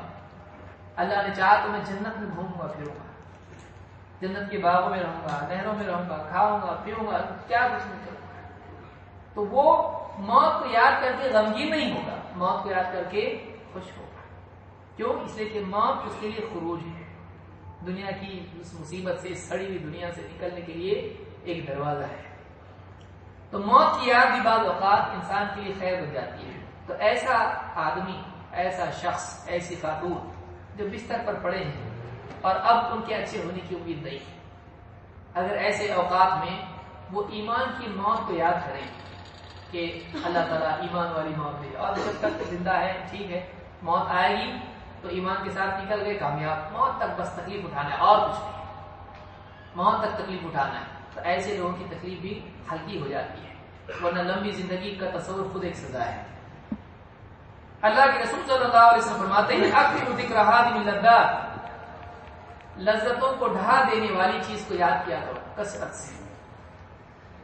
اس سے مراد موت ہے. فما ذكره عبد قط وهو في ضيق الا وسعه عليه, جو بھی بندہ تنگی کے حالات میں موت کو یاد کرتا ہے, اللہ تعالیٰ اس کے حال کو کشادہ اور وسیع کر دیتا ہے. ولا ذكره وهو في سعة الا ضيقه عليه, اور جو آدمی مساعد کے حالات میں, کشادگی کے حالات میں موت کو یاد کرتا ہے, اللہ تعالیٰ اس کے لیے تنگی کر دیتا ہے. موت دونوں طرح کا کام کرتی ہے. موج مستی میں ناچ گا رہا ہے, کھیل کود رہا ہے, عیاشی کر رہا ہے, لیکن جب موت کا تصور سامنے آتا ہے فوراً آدمی کو بریک لگ جاتا ہے. اور ایک آدمی پریشانی اور تکلیف میں ہے اور نکلنے کی کوئی سبیل دکھائی نہیں دیتی ہے اور موت کو یاد کرتا ہے تو اس کے لیے آسانی ہو جاتی ہے. موت تک نہ بس, اس کے بعد ہمیشہ کی زندگی, موت تک کی تکلیف ہے, موت کے بعد ہمیشہ کی راحت ہے. پھر موت نہیں ہے اور پھر تکلیف نہیں ہے, اگر ایمان پہ گئے تو, دینداری پہ گئے تو. تو ایک آدمی کے لیے موت کا تصور بھی وسعت والا بن جاتا ہے اگر وہ تکلیف کے ساتھ اس کو جوڑ کے دیکھے، تکلیف سے نکلنے کا راستہ موت کو سمجھے۔ اس حدیث کو امام البیہقی نے شعب الایمان اور ابن حبان نے روایت کیا، اس کو شیخ الالبانی نے حسن کہا ہے صحیح جامع صغیر میں۔ تیسری چیز ماضی کے تجربات اور غم، یہ بھی انسان کو پریشان کرتی ہے۔ مثلا جوان بیٹے کی موت، کسی کا طلاق، کسی کا فساد میں حادثہ، یا اس طرح کی بہت ساری چیزیں، کسی دوست کا بچھڑنا، اس کی موت، اس طرح کے جو ماضی کے طرف تجربات انسان کی زندگی میں ہوتے ہیں وہ چلے جاتے ہیں، لیکن ان کی یاد بار بار آتی رہتی ہے۔ بعض اوقات جوان بچہ پال پوس کے بڑا کیا، اس کو پڑھایا لکھایا، دیندار تھا، اور باپ نے نئی گاڑی لے کے دی، بیٹا لے تو پاس ہوا ہے تجھ کو دے رہا ہوں، اور گیا اور اتنا اچھے سے چلاتا نہیں تھا، دین پہ تو اچھا چلتا تھا، سیدھے راستے پہ چلتا تھا، لیکن گاڑی چلاتا اچھا نہیں آتا تھا، ایکسیڈنٹ ہو گیا، اس کی موت ہو گئی۔ بار بار بار بار جب بھی گھر میں خوشی کا کوئی موقع آتا ہے وہ یاد آتا ہے، وہ ہوتا تو کیا کرتا، وہ ہوتا تو کتنا اچھا ہوتا۔ بیٹی کا نکاح ہے، بھائی کا نکاح ہے، خوشی کا دن ایک گھر سے دوسرا گھر بڑھا لیے، کوئی گاڑی خریدے، وہ یاد آتا بار بار، اس کا دکھ پھر سے اپنی اصل شکل میں واپس سے لوٹ آتا ہے، وہ واقعہ گویا کہ واپس دہرایا جاتا ہے۔ اس طرح کے کئی واقعات انسان کی زندگی میں ہوتے ہیں جو بار بار لوٹ کے آتے ہیں اور خوشی میں غم پیدا کر دیتے ہیں، اس کے ذہن کو ڈسٹرب کرتے ہیں، پھر کئی دنوں تک گھر میں لوگ روتے رہتے ہیں، کئی دنوں تک ماتم کا ماحول بنا رہتا ہے، کھانا بھی وہ لذت نہیں ہوتی، کئی مسائل انسان کی زندگی میں ہوتے ہیں۔ بچہ کئی سالوں سے کوشش کی، ڈاکٹر، پھر اولاد اللہ تعالیٰ نے دی، اور پھر بچہ ہوا، 1 مہینہ رہا، بہت ساری آدمی مرجھا جاتا ہے، بیوی مرجھا جاتی ہے۔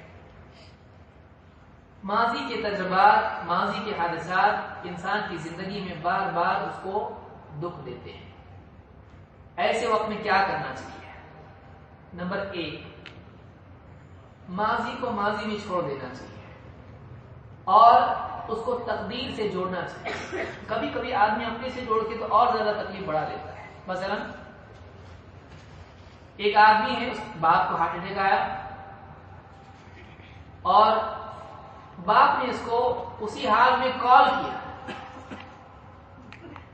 اب یہ آفس میں تھا، اس نے کال نہیں دیکھا، یا دیکھا سوچا تھوڑا کام نپٹا لیتا ہوں، اس کے بعد فون کر کے پوچھتا ہوں، اور اس حال میں 5 10 منٹ 15 منٹ نکل گئے، گھنٹہ نکل گیا، یاد نہیں رہا۔ پھر اس کے بعد دیکھا گھر 15 منٹ بعد فون کیا تو وہاں سے معلوم پڑا کہ دواخانے لے گئے ہیں اور راستے میں موت ہو گئی۔ اب یہ آدمی زندگی بھر اپنے آپ کو معاف نہیں کر پاتا ہے، یہ ہمیشہ سوچتا ہے میری وجہ سے ایسا ہوا، کاش کہ میں وہ کال اٹھا لیتا تو میں کچھ تو کر پاتا، میں مل نہیں سکا اپنے باپ سے۔ کئی ایسے مسائل زندگی میں ہوتے ہیں اور وہ اپنے آپ کو ذمہ دار قرار دیتا ہے کہ میں ذمہ دار ہوں اس کا، اور یہ بہت بڑی سزا ہے جو آدمی اپنے آپ کو دنیا میں دیتا ہے۔ اب اس سے زندگی بھر وہ نہیں نکل پاتا ہے۔ ڈاکٹر نے کہا آپریشن کیجئے، دوسرے ڈاکٹر نے کہا مت کیجئے، یہ دوائی کیجئے اچھا ہوگا۔ اب اس کے لیے مشکل ہو جاتی ہے، یہ علاج کرو، آپریشن کروں، نہیں کروں۔ کبھی ایسا ہوتا ہے کہ آپریشن کا آپشن وہ لیتا ہے، بہت سارے لوگ کہتے ہیں مت کرو، دیکھو ان کی حالت صحیح نہیں ہے، کہتا نہیں، ڈاکٹر کہتا آپریشن کرنا پڑے گا آپ کو۔ OT میں لے گئے، آپریشن تھیٹر میں موت ہو گئی، بیوی، باپ، بھائی۔ اب یہ سوچتا ہے کاش کہ میں آپریشن نہیں کرواتا، یہ ڈیسیجن میں نہیں لیتا، میں نے دستخط کیے، ان ہاتھوں سے میں نے کیا، میں ذمہ دار۔ زندگی بھر اپنے آپ کو کوستا رہتا ہے۔ کبھی نہیں کرنے کی وجہ سے بیماری بڑھ جاتی ہے اور حالات ایسے ہو جاتے ہیں کہ آؤٹ آف کنٹرول ہو جاتے ہیں، یہ سوچتا ہے میں نے کاش کا آپریشن کیا ہوتا۔ ایک آدمی ماضی میں جو دکھ کی باتیں ہوتی ہیں ان کا ذمہ دار بعض اوقات اپنے آپ کو بنا لیتا ہے، یہ چیز اس کی زندگی کو جیتے جی دکھ کا کارخانہ بنا دیتی ہے. کیا کرنا چاہیے؟ اس سے کیسے باہر آنا چاہیے؟ نمبر 1، آدمی جو ہو چکا ہے اس کو اللہ رب العالمین کی مشیت مانے، اس کے سوا اور کوئی راستہ اس سے نکلنے کا نہیں ہے. اور جو ہو چکا ہے اس پر بار بار افسوس کرنا چھوڑ دے، تقدیر کو مانے اور تقدیر کی بنیاد پر فیصلہ کرے کہ تقدیر میں کیا ہونا ہوا، ورنہ وہ کبھی خوش نہیں رہ سکتا ہے، چھوٹی چھوٹی چیزوں میں دکھی ہوگا. اللہ کے نبی صلی اللہ علیہ وسلم فرماتے ہیں المؤمن القوی خیر واحب الی اللہ من المؤمن الضعیف وفی کل خیر. ایک مضبوط ایمان والا، ایک مضبوط مومن اللہ کے نزدیک بہتر اور محبوب ہے اس مومن سے جو کمزور ہے، کم ہمت ہے. وفی کل خیر، ہاں لیکن دونوں میں خیر ہے، کیونکہ دونوں کے پاس کیا مشترک چیز ہے؟ ایمان. یہ بہادر ہے، وہ ڈرپوک ہے، یہ ہمت والا ہے، وہ کمزور ہے، یہ جگر گردے والا ہے، وہ تھوڑا جلدی ٹوٹ جاتا ہے، لیکن ایمان دونوں کے پاس ہے، اس اعتبار سے دونوں میں خیر ہے. لیکن زیادہ بہتر کون ہے؟ ہمت والا ہے. یہاں صحت، بہت سارے لوگ اس کو یہ سمجھتے ہیں کوئی دبلا پتلا آدمی رہے گا، اللہ کو قوی مومن زیادہ پسند ہے. شیخ حسین کہتے ہیں اس کے لیے نہیں، یہ اس اعتبار سے نہیں کہ کوئی باڈی بلڈر بہت ہے تو یہ اللہ کو بہت پسند ہے اور کوئی دبلا پتلا ہے. ابن مسعود رضی اللہ تعالیٰ عنہ جب مسواک توڑنے کے لیے اوپر چڑھے تو صحابہ نے پنڈلیاں دیکھ کے ہنسنے لگے، دبلا پتلا. ابن مسعود رضی اللہ تعالیٰ، اللہ کے رسول صلی اللہ علیہ وسلم نے فرمایا تم ان کی پنڈلیوں کو دیکھ کے ہنستے ہو، اللہ کی قسم ان کا وزن بہت پہاڑ سے زیادہ اللہ کی طرف. تو وہ وہاں مراد یہ نہیں، یہاں اندر کی طاقت ہے، باہر کی نہیں. اندر کی طاقت اصل ہوتی ہے. اور آپ نے دیکھا بھی ہوگا ایک موٹا تازہ آدمی کا ڈرپوک ہوتا ہے اور ایک آدمی دبلا پتلا ہوتا ہے، وہ بھیڑ میں کھڑا ہو جاتا ہے. کیا ہے؟ تو صحت کا فائدہ کیا ہے؟ جب آدمی کے اندر ہمت نہ ہو تو آدمی کی صحت کچھ فائدے کی نہیں. اصل چیز ہمت ہوتی ہے جو صحت کے لیے گارنٹی بنتی ہے. تو آپ نے فرمایا کہ قوی مومن اللہ کو زیادہ پسند ہے اور اللہ کے نزدیک بہتر ہے اس مومن سے جو کمزور ہو، لیکن خیر بھلائی دونوں میں ہوتی ہے. احرص علی ما ينفعك واستعن باللہ ولا تعجز. اللہ سے اس چیز کی حرص کر جو تیرے لیے فائدہ مند ہو اور اللہ سے مدد مانگ، اللہ سے مدد چاہ، عاجز مت بن. یہاں بتایا گیا کہ بھلائی کی حرص کر، مجھ کو بھلائی چاہیے، خیر چاہیے، کامیابی چاہیے، اور اللہ سے مدد چاہ اور عاجز مت بن، کم ہمت. بعض لوگ کیسے ہوتے ہیں، نہیں ہو سکتا، وہ کتنی بار بولا میں آپ کو نہیں ہو سکتا، پہلے سے نہیں ہو سکتا ہے، ٹرائی بھی نہیں کرتا ہے. یہاں بتایا گیا کہ کوشش کر، اللہ سے مدد مانگ. دو چیزیں ضروری ہیں. ایک تو آدمی کوشش کرے، دوسرے میری کوشش سے نہیں ہوتا ہے. اللہ مدد جب تک نہ کرے میری کوشش سے کچھ بھی ہوتا نہیں. تو اللہ سے مدد مانگے اور خود کوشش بھی کرے. تو ایک خیر ہے، اس کو پانا ہے. مثلا کسی کو 50 حدیث یاد کرنی ہے، اب پہلے سے کیا کرتا، نہیں ہوتا عالم صاحب مجھ سے نہیں ہو سکتا. میرے ابا بچپن سے بولتے ہیں اس کو کچھ نہیں یاد ہوتا. تو پہلے سے کیا کر دیا، اس نے طے کر دیا ہے مجھ سے نہیں ہو سکتا ہے. ارادہ کرے، احرص علی ما ينفعك، فائدہ مند ہے اس کی حرص کرے. دو، اللہ سے مدد نہ اور عاجز نہ بنے، پس ہمت نہ ہو، کوشش کرے.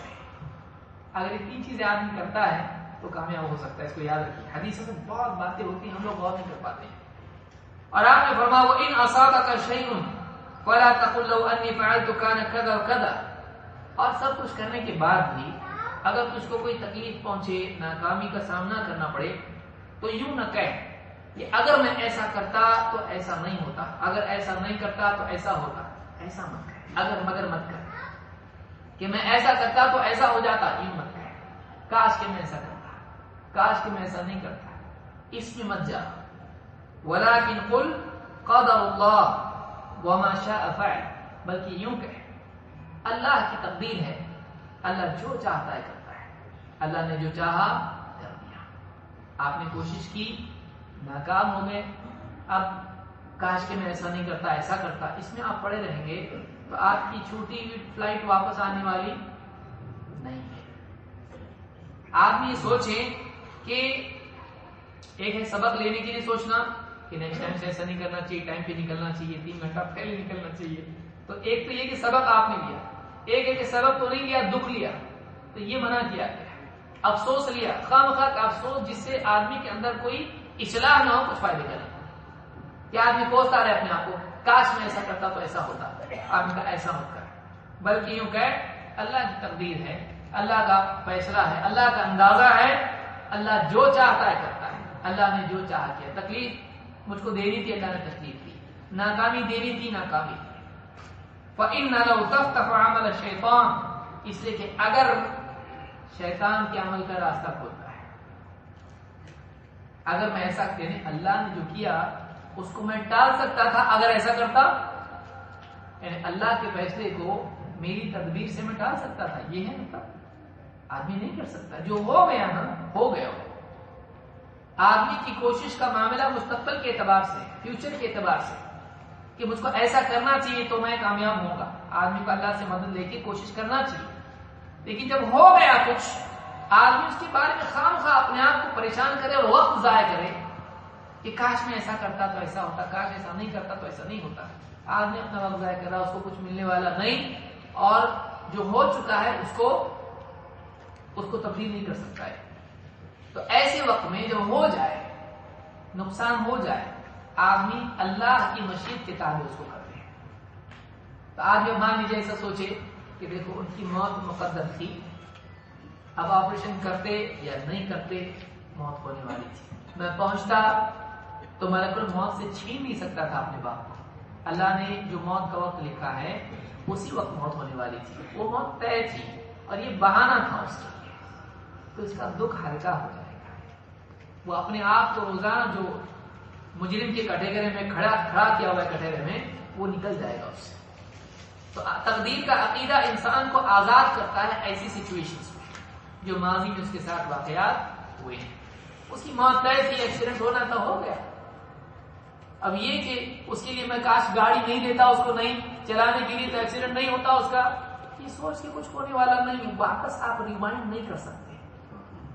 لیکن اگر آپ یہ سوچتے ہیں جس کی جتنی زندگی ہوتی ہے اتنی جیتا ہے، ہماری اتنی جیگی جتنی ہے اس کی جتنی تھی جیا، دین پر گیا الحمدللہ.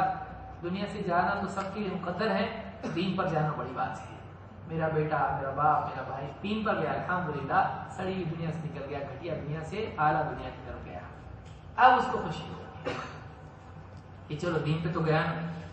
بے دینی کے ساتھ جاتا تو اور کچھ سال جیتا میرا بیٹا، معلوم نہیں کوئی صحبت اس کو بری ملتی اور اس کے ساتھ بگڑ جاتا اور بے دین ہو کے مرتا، جہنم میں جاتا. دین پہ مرا، جیسا بھی تھا اللہ اس کو جنت نصیب کرے. تو ایک آدمی ایسا اگر سوچے تو اس کا دکھ ہلکا ہو جاتا ہے. تو ایک آدمی تقدیر پر نگاہ رکھے تو ایسی مصیبتوں میں ایک آدمی کے لیے راستہ نکلتا ہے. یہ بھی سوچ سکتا ہے آدمی کہ اس میں کوئی خیر رہی ہو، کہ بعض اوقات کوئی چیز انسان کو نہیں ملتی ہے یا کوئی تکلیف آدمی کو پہنچتی ہے، حال کے اعتبار سے اس کو دیکھا جائے تو وہ شر ہوتا ہے، لیکن معال کے اعتبار سے اس کو دیکھا جائے تو وہ خیر ہوتی ہے. آپ دیکھیے اللہ کے رسول صلی اللہ علیہ وسلم کو مکہ سے لوگوں نے ہجرت کرنے پر مجبور کیا. اچھا تھا یہ؟ نہیں بول رہے آپ. اب مدینہ جاتے آپ، مدینہ کا سارا معاملہ کہاں سے آتا؟ اب ایک اعتبار سے آپ دیکھیں تو اچھا نہیں بھی ہے، لیکن آپ اس کو پورے پکچر میں دیکھیں تو آپ کو دکھائی دے گا کہ مدینہ کیسے بنتا جب آپ ہجرت نہیں کرتے. تو بعض اوقات ایک چیز دکھ کی ہوتی ہے لیکن اللہ تعالیٰ اس میں کچھ خیر نکالتا ہے. یوسف علیہ السلام کا کیا کریں گے آپ؟ بچپن میں بھائیوں نے حسد کیا، کنویں میں ڈال دیا سازش کر کے، بات کو لا کے دے اس کو بھیڑیا لے گیا. اب وہاں سے کنویں میں آئے لوگ، دیکھا اوہ یہ تو اچھا خوبصورت بچہ ہے، غلام مل گیا ہم کو ایک بیچنے کے لیے، لے کر بازار میں بھیج دیا. بازار میں کھڑا بک رہا ہے، نبی کا بیٹا جو خود نبی ہے، وہاں پہ کم قیمت میں بکے. اتنا انسلٹنگ، خوبصورت بچہ کم قیمت میں بک رہا ہے. اور وہ صرف خوبصورت نہیں خوبصیرت بھی ہے. اب گئے عزیز مصر کے یہاں، اب بیوی پاک اس کے بیٹا اس کو بنا کے رکھیں گے، دھیرے دھیرے اس کی نگاہ خراب، اور اس نے ان کے اوپر اپنے ڈورے ڈالنا شروع کیے. انہوں نے بچایا اپنے آپ کو اللہ کی توفیق سے.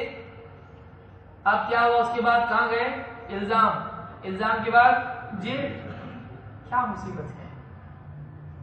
ایک مصیبت سے نکلے نہیں دوسری مصیبت، دوسری سے نکلے نہیں تیسری مصیبت سے. باپ سے بچھڑنا، غلام بن کے بکنا، پھر وہاں الزام کے بعد جیل. لیکن آپ دیکھیے اگر یہ تسلسل نہیں ہوتا، اس کے بعد کچھ کیا ہوا؟ 2 آدمی آئے، 2 ساتھ میں قیدی تھے، ان دونوں کے ساتھ میں بات چیت ہوئی، خوابوں کی تعبیر بیان کی. ایک گیا، دوسرا بادشاہ کے پاس گیا، اس نے بتایا، ایک آدمی ہے جو تعبیر بتایا، اللہ نے بادشاہ کو خواب دیا، کافر بادشاہ لیکن سچا خواب. بہت سارے کہتے سچا خواب دیکھو نیک اللہ کے ولی، کافر بادشاہ ہے بھائی، اس کا خواب سچا نکلتا ہے.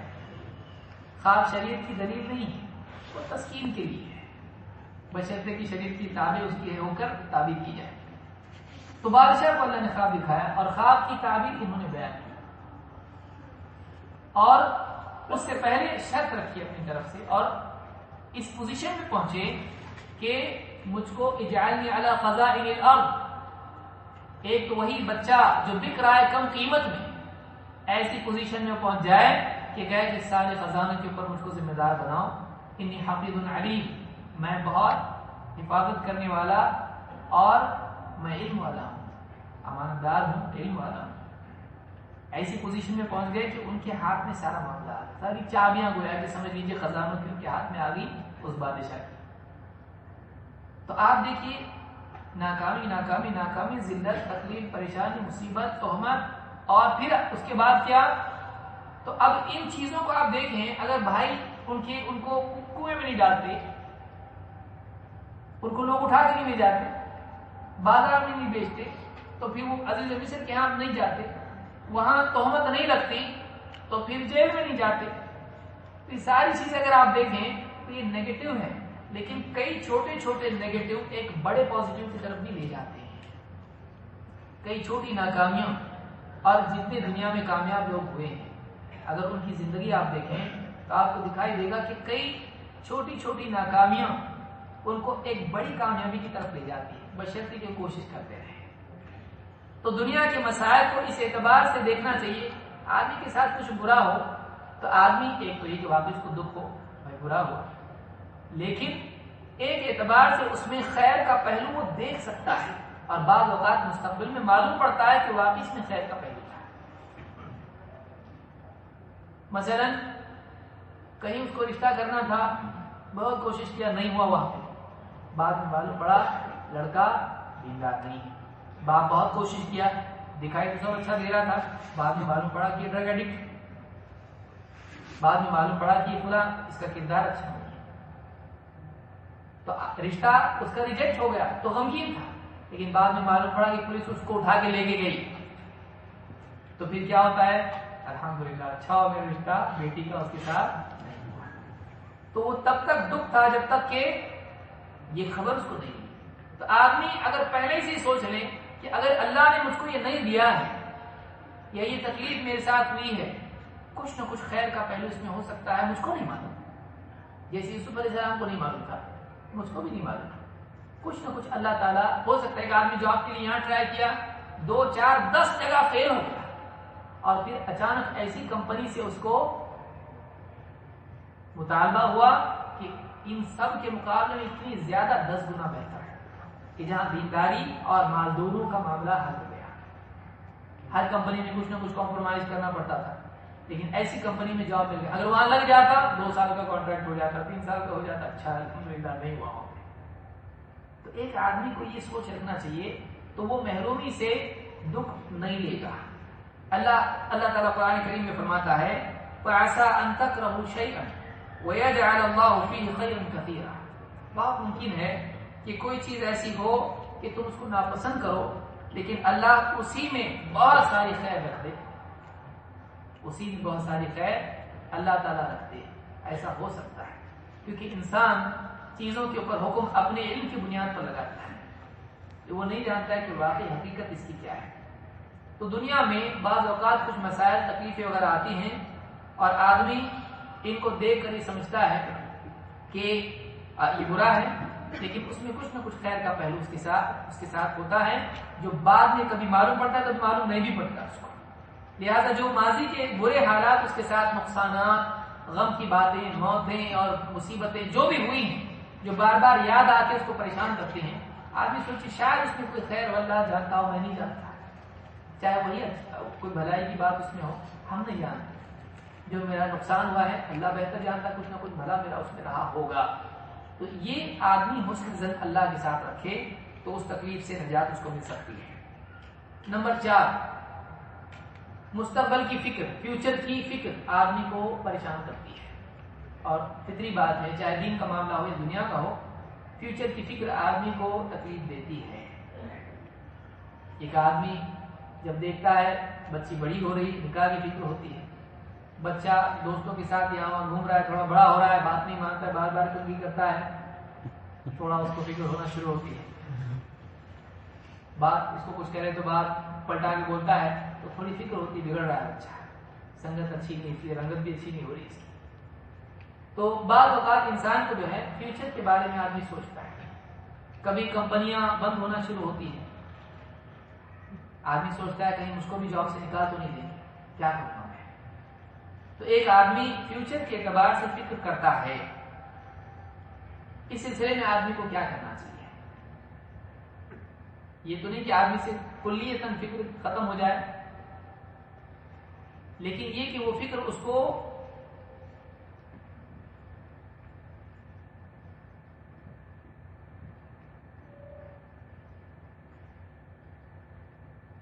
بری خبر نہیں کوئی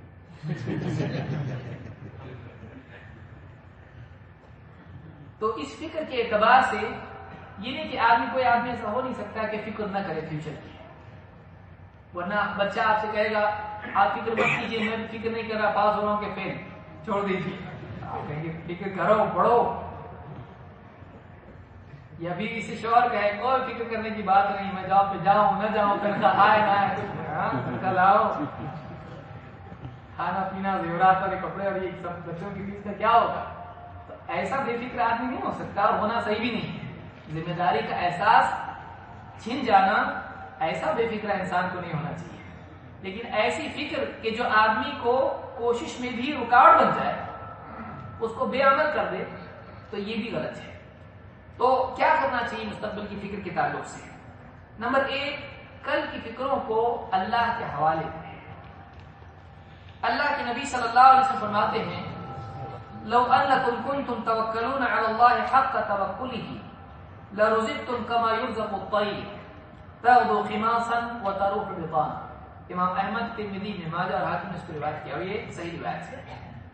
آپ فرماتے ہیں کہ اگر تم اللہ پر ویسے توکل، اعتماد، بھروسہ کرنے لگو جیسا کہ کرنا چاہیے، اللہ پر توکل کرنے کا جیسے حق ہے، اگر تم ویسے کرنے لگو تو اللہ تعالیٰ تم کو ایسے رزق دے گا جیسے پرندوں کو دیا جاتا ہے۔ تغدو خماصا، صبح سویرے بھوکے پیٹ نکلتے ہیں، وہ تروح بطانا، اور شام کو بھر پیٹ واپس لوٹتے ہیں۔ پرندے، ان کے گھونسلے چھوٹے چھوٹے ہوتے ہیں، اس میں چھوٹے چھوٹے بچے ہوتے ہیں، اور وہ صبح ان کی اور کوئی سٹوریج اس میں ہوتا ہے نہیں، لاکر، تجوری، بینک بیلنس، بینک اکاؤنٹ کچھ بھی نہیں، کریڈٹ کارڈ، ڈیبٹ کارڈ کچھ نہیں ہوتا ان کے پاس۔ صبح نکلتے ہیں، ڈھونڈتے ہیں، کچھ نہ کچھ ان کو مل جاتا ہے، شام تک لے کے آتے ہیں، خود بھی کھاتے ہیں اور اپنے بچوں کو بھی لا کے چونچ میں اس کی رکھتے ہیں، تین کا۔ تو کل کے لیے وہ پریشان نہیں ہوتے ہیں۔ رات بھر میٹنگ ہو رہی چڑیا کی کیا کیا جائے، صفائی ابھیان ایسا چل رہا ہے کہ تین کے کہیں مل رہے نہیں، کیا کریں؟ ایسا کبھی نہیں ہوتا ہے۔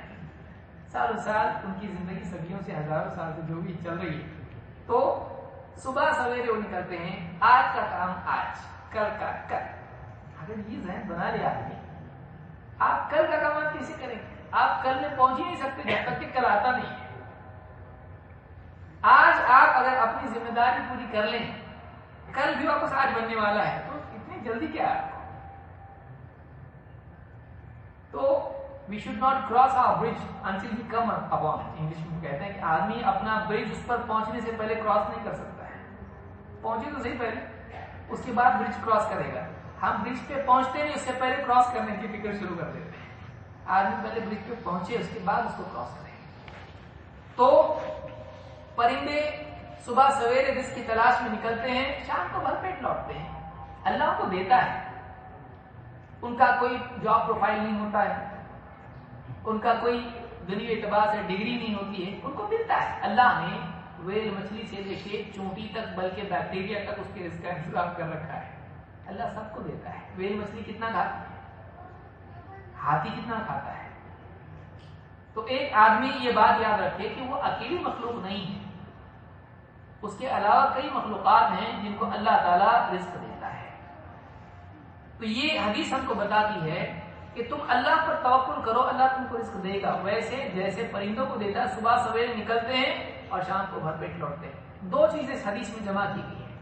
ایک پرندوں کا کوشش میں نکلنا اور اللہ کا ان کو رزق دینا، اور کل کی فکر ان کا نہیں کرنا، اور آج کی کوشش ضرور کرنا. دو چیزیں ہیں، ایک ہے توکل اور دوسرے کوشش. پرندوں کا حال بتاتے ہوئے آپ صلی اللہ علیہ وسلم نے کوشش کو بھی ذکر کیا ہے. یہ نہیں کہ آدمی بیٹھا رہے گھر میں بھی گئے، جاب پہ نہیں جا رہے، اللہ رزق دینے والا ہے، بے فکر ہو جاؤ. ٹھیک ہے، دوپہر میں بیگم کھانا لاؤ، کہ اللہ آپ کو دینے والا بولے نا. آپ آج میں نے بھی نہیں بنایا. جب اللہ آپ کو دینے والا ہے تو میں کچن میں کیوں جاؤں، آپ کو مل جائے گا. ایسا تھوڑی ہوتا ہے، ایسے ہوتا ہے. اللہ دینا چاہے تو اللہ دیتا ہے. ماں کے پیٹ میں اللہ پالتا ہے. لیکن اللہ کا ضابطہ یہ ہے کہ بندہ کوشش کرے، لیکن اپنی کوشش کو اپنا رازق نہ بنائے، اپنی کوشش کو اپنا رب نہ بنائے. وہ سبب ہے، رب نہیں. اور سبب رب کا محتاج ہے، رب سبب کا محتاج نہیں. اس کو یاد رکھیں. تو یہاں پر یہ کہ آدمی کل کی فکروں کا اللہ کے حوالے. آج میں اس کو جتنا کرنا تھا میں کیا، کل کا اللہ مانے. اس کوشش کے نتیجے کسان آپ کیا کرتا ہے، دیکھیے بیج ڈالتا ہے.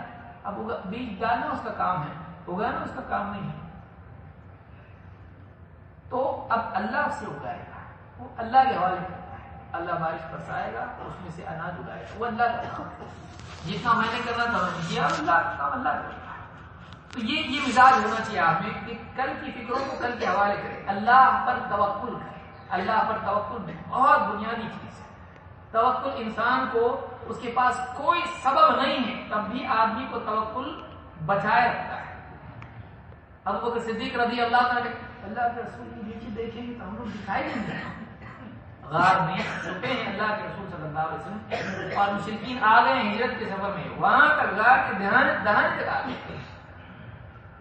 جھک کے دیکھ لیں گے تو دکھائی دیں گے نبی صلی اللہ علیہ وسلم. معلوم نہیں کیا کریں گے. ابو بکر صدیق رضی اللہ عنہ اپنی جان کی فکر نہیں، نبی کی فکر ہے. آپ نے کہا اس چھپ رہو، اور آپ نے کہا اے ابو بکر ان دو کے بارے میں تمہارا کیا کہنا ہے جن کا تیسرا اللہ؟ کچھ نہیں، اللہ ہے نا، تو کچھ نہیں ہو کے کچھ نہیں ہوتا. اللہ ہے تو مطلب سب ہے. تو اللہ ہے یہ اعتماد آدمی میں ہو. اللہ ہے آج بھی اللہ، کل بھی اللہ. کل اللہ بدل نہیں جائے گا. وہی اللہ جو پچھلے نبیوں کے تھا آج بھی. اس کی قدرت میں نہ کوئی کمی آئی، نہ اس کے رزق اور خزانوں میں کوئی کمی آئی، نہ اس کے علم میں کوئی نقص پیدا ہوا.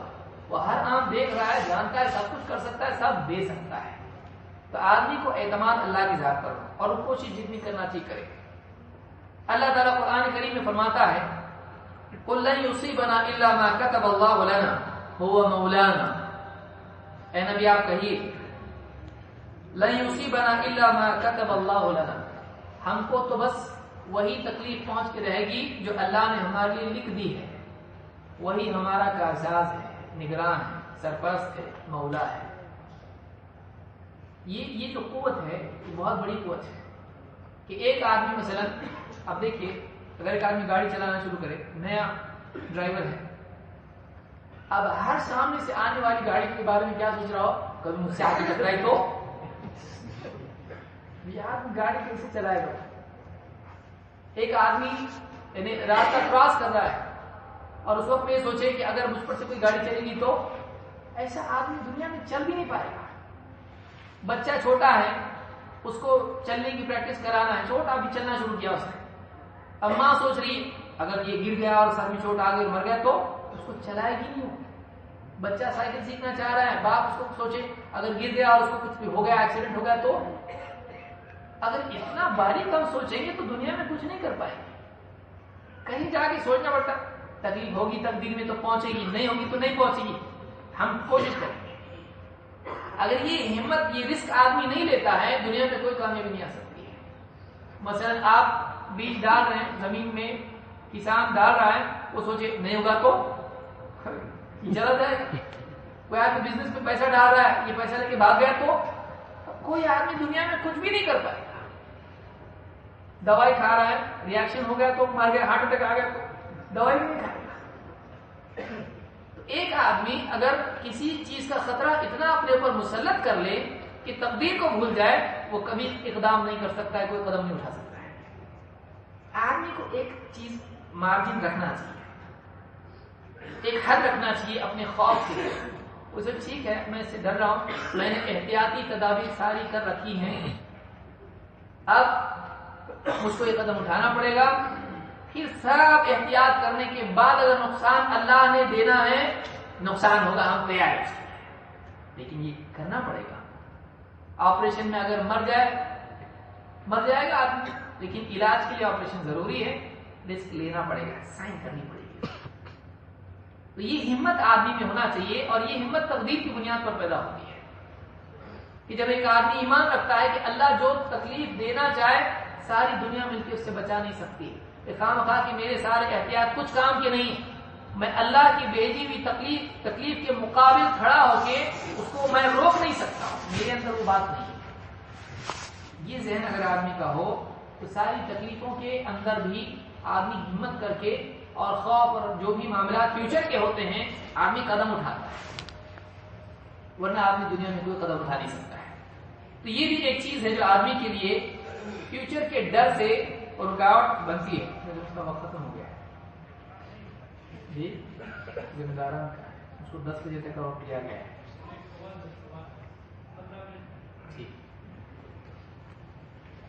پانچویں چیز جو, ویسے میرے پاس 10 چیزیں تھیں, اس سے بھی زیادہ وقت نہیں ہوگا, 5 میں مناسب سمجھتا ہوں. انشاءاللہ مزید کبھی آگے اس کو دیکھیں گے.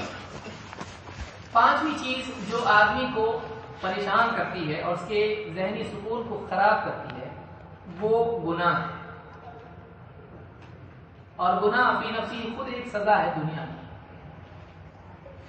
گناہ خود سزا بن جاتا ہے, کیونکہ آدمی جب گناہ کرتا ہے تو گناہ اس کے سکون کو, چین کو چھین لیتا ہے, اور یہ ساری مصیبتوں میں بڑی مصیبت ہے.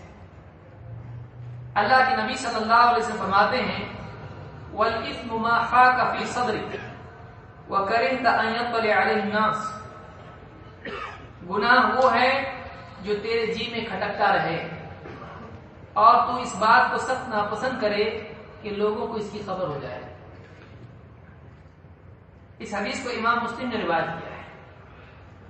اس حدیث سے بات معلوم ہوتی ہے کہ گناہ کا اثر یہ ہوتا ہے, چاہے کرنے کے ارادے کے اعتبار سے ہو یا کرنے کے بعد ہو, کہ آدمی کے جی میں کھٹک گناہ کی وجہ سے آتی ہے, وہ کھٹکتا رہتا ہے. اگر ایمان واقع ہے آدمی کے پاس تو گناہ آدمی کو بے چین کرتا ہے اور بدنامی کا ڈر اس کو جینے نہیں دیتا ہے. مثلا ایک آدمی اس نے چوری کی, یا مان لیجیے کمپنی میں جاب پہ ہے اور اکاؤنٹس میں اس نے زیرو کم زیادہ کر دی ہے. اب ہمیں ہمیشہ اس کو ڈر لگا رہتا ہے کہ اگر میری چوری پکڑی گئی تو, اگر لوگوں کو معلوم ہو گیا تو کام پایا اس نے جو وہ چھوٹا ہے, ایک دن کی کوئی چیز چوری کر لی, تھوڑا سا اس سے کچھ کما لیا, لیکن سالوں سال مہینے مہینے اس کی وجہ سے وہ ہمیشہ ڈرا رہتا ہے. جب بھی اکاؤنٹس کی بات آتی ہے اس کو گھبراہٹ شروع ہو جاتی ہے. کیوں؟ کہیں وہ فائل تو نہیں کھولیں گے لال والے, اس کو ڈر لگا رہتا ہے ہمیشہ کہ وہ فائل اگر اوپن کی تو میرا پورا بیل ہو جائے گا. تو گناہ جو ہوتا ہے گناہ اپنے آپ میں خود ایک آدمی کو پریشان کرنے والی چیز ہے، ایک تو ذات کی نسبت سے، ایک دوسروں کی نسبت سے، دونوں باتیں حدیث میں بیان کی۔ آدمی کو، ایک آدمی مثال کے طور پر کسی پر ظلم کرے، دیکھنے والا کوئی نہیں تھا، ایک کمزور آدمی تھا، اس نے مار پیٹ کے اس سے کچھ چھینا، کوئی دیکھنے والا نہیں ہو، لیکن اس کے دل میں ہمیشہ بولنے والا بولتا ہے تم نے اچھا نہیں کیا، تم نے غلط کام کیا، تم نے صحیح نہیں کیا، تیرا ہاتھ نہیں تھا، یہ اس کا ہاتھ تھا، تو نے اس سے زبردستی ظلم کر کے چھینا ہے۔ اس کا اندر کا سکون خراب کیوں ہوتا ہے؟ اللہ نے اس کے اندر ایک ایسا بٹھایا ہے النفس اللوام، جو اس کو چین سے جینے نہیں دیتا ہے۔ وہاں کوئی قانون نہیں، کوئی اس کو ملامت کرنے والا باہر نہیں، لیکن اندر سے اس کا احساس جرم اس کے لیے خود ایک سزا بن جاتا ہے۔ گناہ کے اندر کھٹک ہوتی ہے، اور یہ بھی ہوتا ہے کہ ایک آدمی چاہے چھپ کے گناہ کرے، اس کو یہ ڈر ہوتا ہے کہ لوگوں کو اس کی خبر ہو جائے گی، میری عزت چلی جائے گی، مجھ کو نقصان ہوتا ہے۔ آدمی کیوں ایسا کام کرے جس کے لیے خواہ آدمی اس کو چھپائے پھرتا رہے اور اندر کا سکون بھی خراب کرے اور باہر لوگوں سے بے عزتی کا اور سزا کا ڈر بھی اس کو پڑا رہے، وہ کام کیوں کرے ایسا؟ تو گناہ میں یہ تکلیف ہوتی ہے، گناہ میں انسان کا سکون خراب ہوتا ہے۔ اس کا علاج کیا ہے؟ کتنے لوگ ہوتے ہیں جو بعض اوقات زندگی میں گناہ کرتے ہیں، ایک بڑا گناہ کا ہوتا ہے اور زندگی بھر اس کو سکون نہیں ملتا ہے۔ مسجد کے اندر خیانت کر دی، ادھر کا پیسہ ادھر کر دیا، اب زندگی بھر نماز پڑھتے لیکن نماز میں سکون نہیں ہوتا ہے۔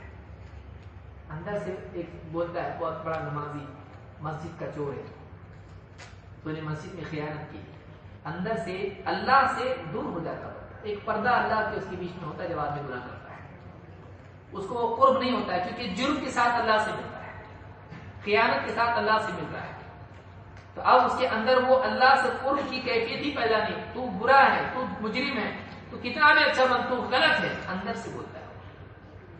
تو لوگوں کو دھوکہ دے سکتا ہے، اللہ کو نہیں، اپنے آپ کو نہیں، اندر سے ایک اس کو احساس جرم ہوتا ہے جو اس کو اس کا سکون خراب کر دیتا ہے۔ ایک آدمی گناہ سے بچے، اس کو سکون ہوتا ہے، وہ اچھے سے سوتا ہے، خراٹے لیتا ہے، دوسروں کی نیند خراب کرتا ہے۔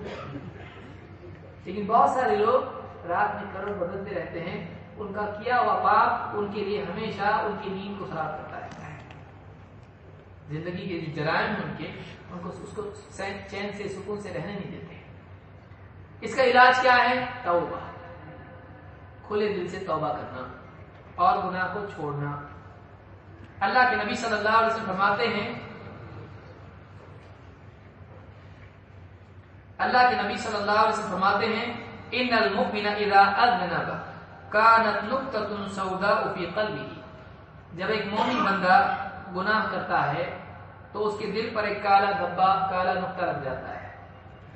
فإن تاب ونزع واستغفر سقل قلبه، پھر گناہ ہو جانے کے بعد اگر وہ توبہ کرے اور اس گناہ سے نکلے اور استغفار کرے تو اس کا دل پھر سے صاف ستھرا ہو جاتا ہے، پہلی حالت میں آ جاتا ہے، صاف ہو جاتا ہے۔ اگر وہ توبہ کرے، رجوع کرے، اللہ کی طرف پلٹے، اس گناہ کو چھوڑے، اس گناہ سے نکلے اور جو ہو چکا گناہ اس سے معافی مانگے۔ تینوں سٹیپس یاد رکھنا چاہیے۔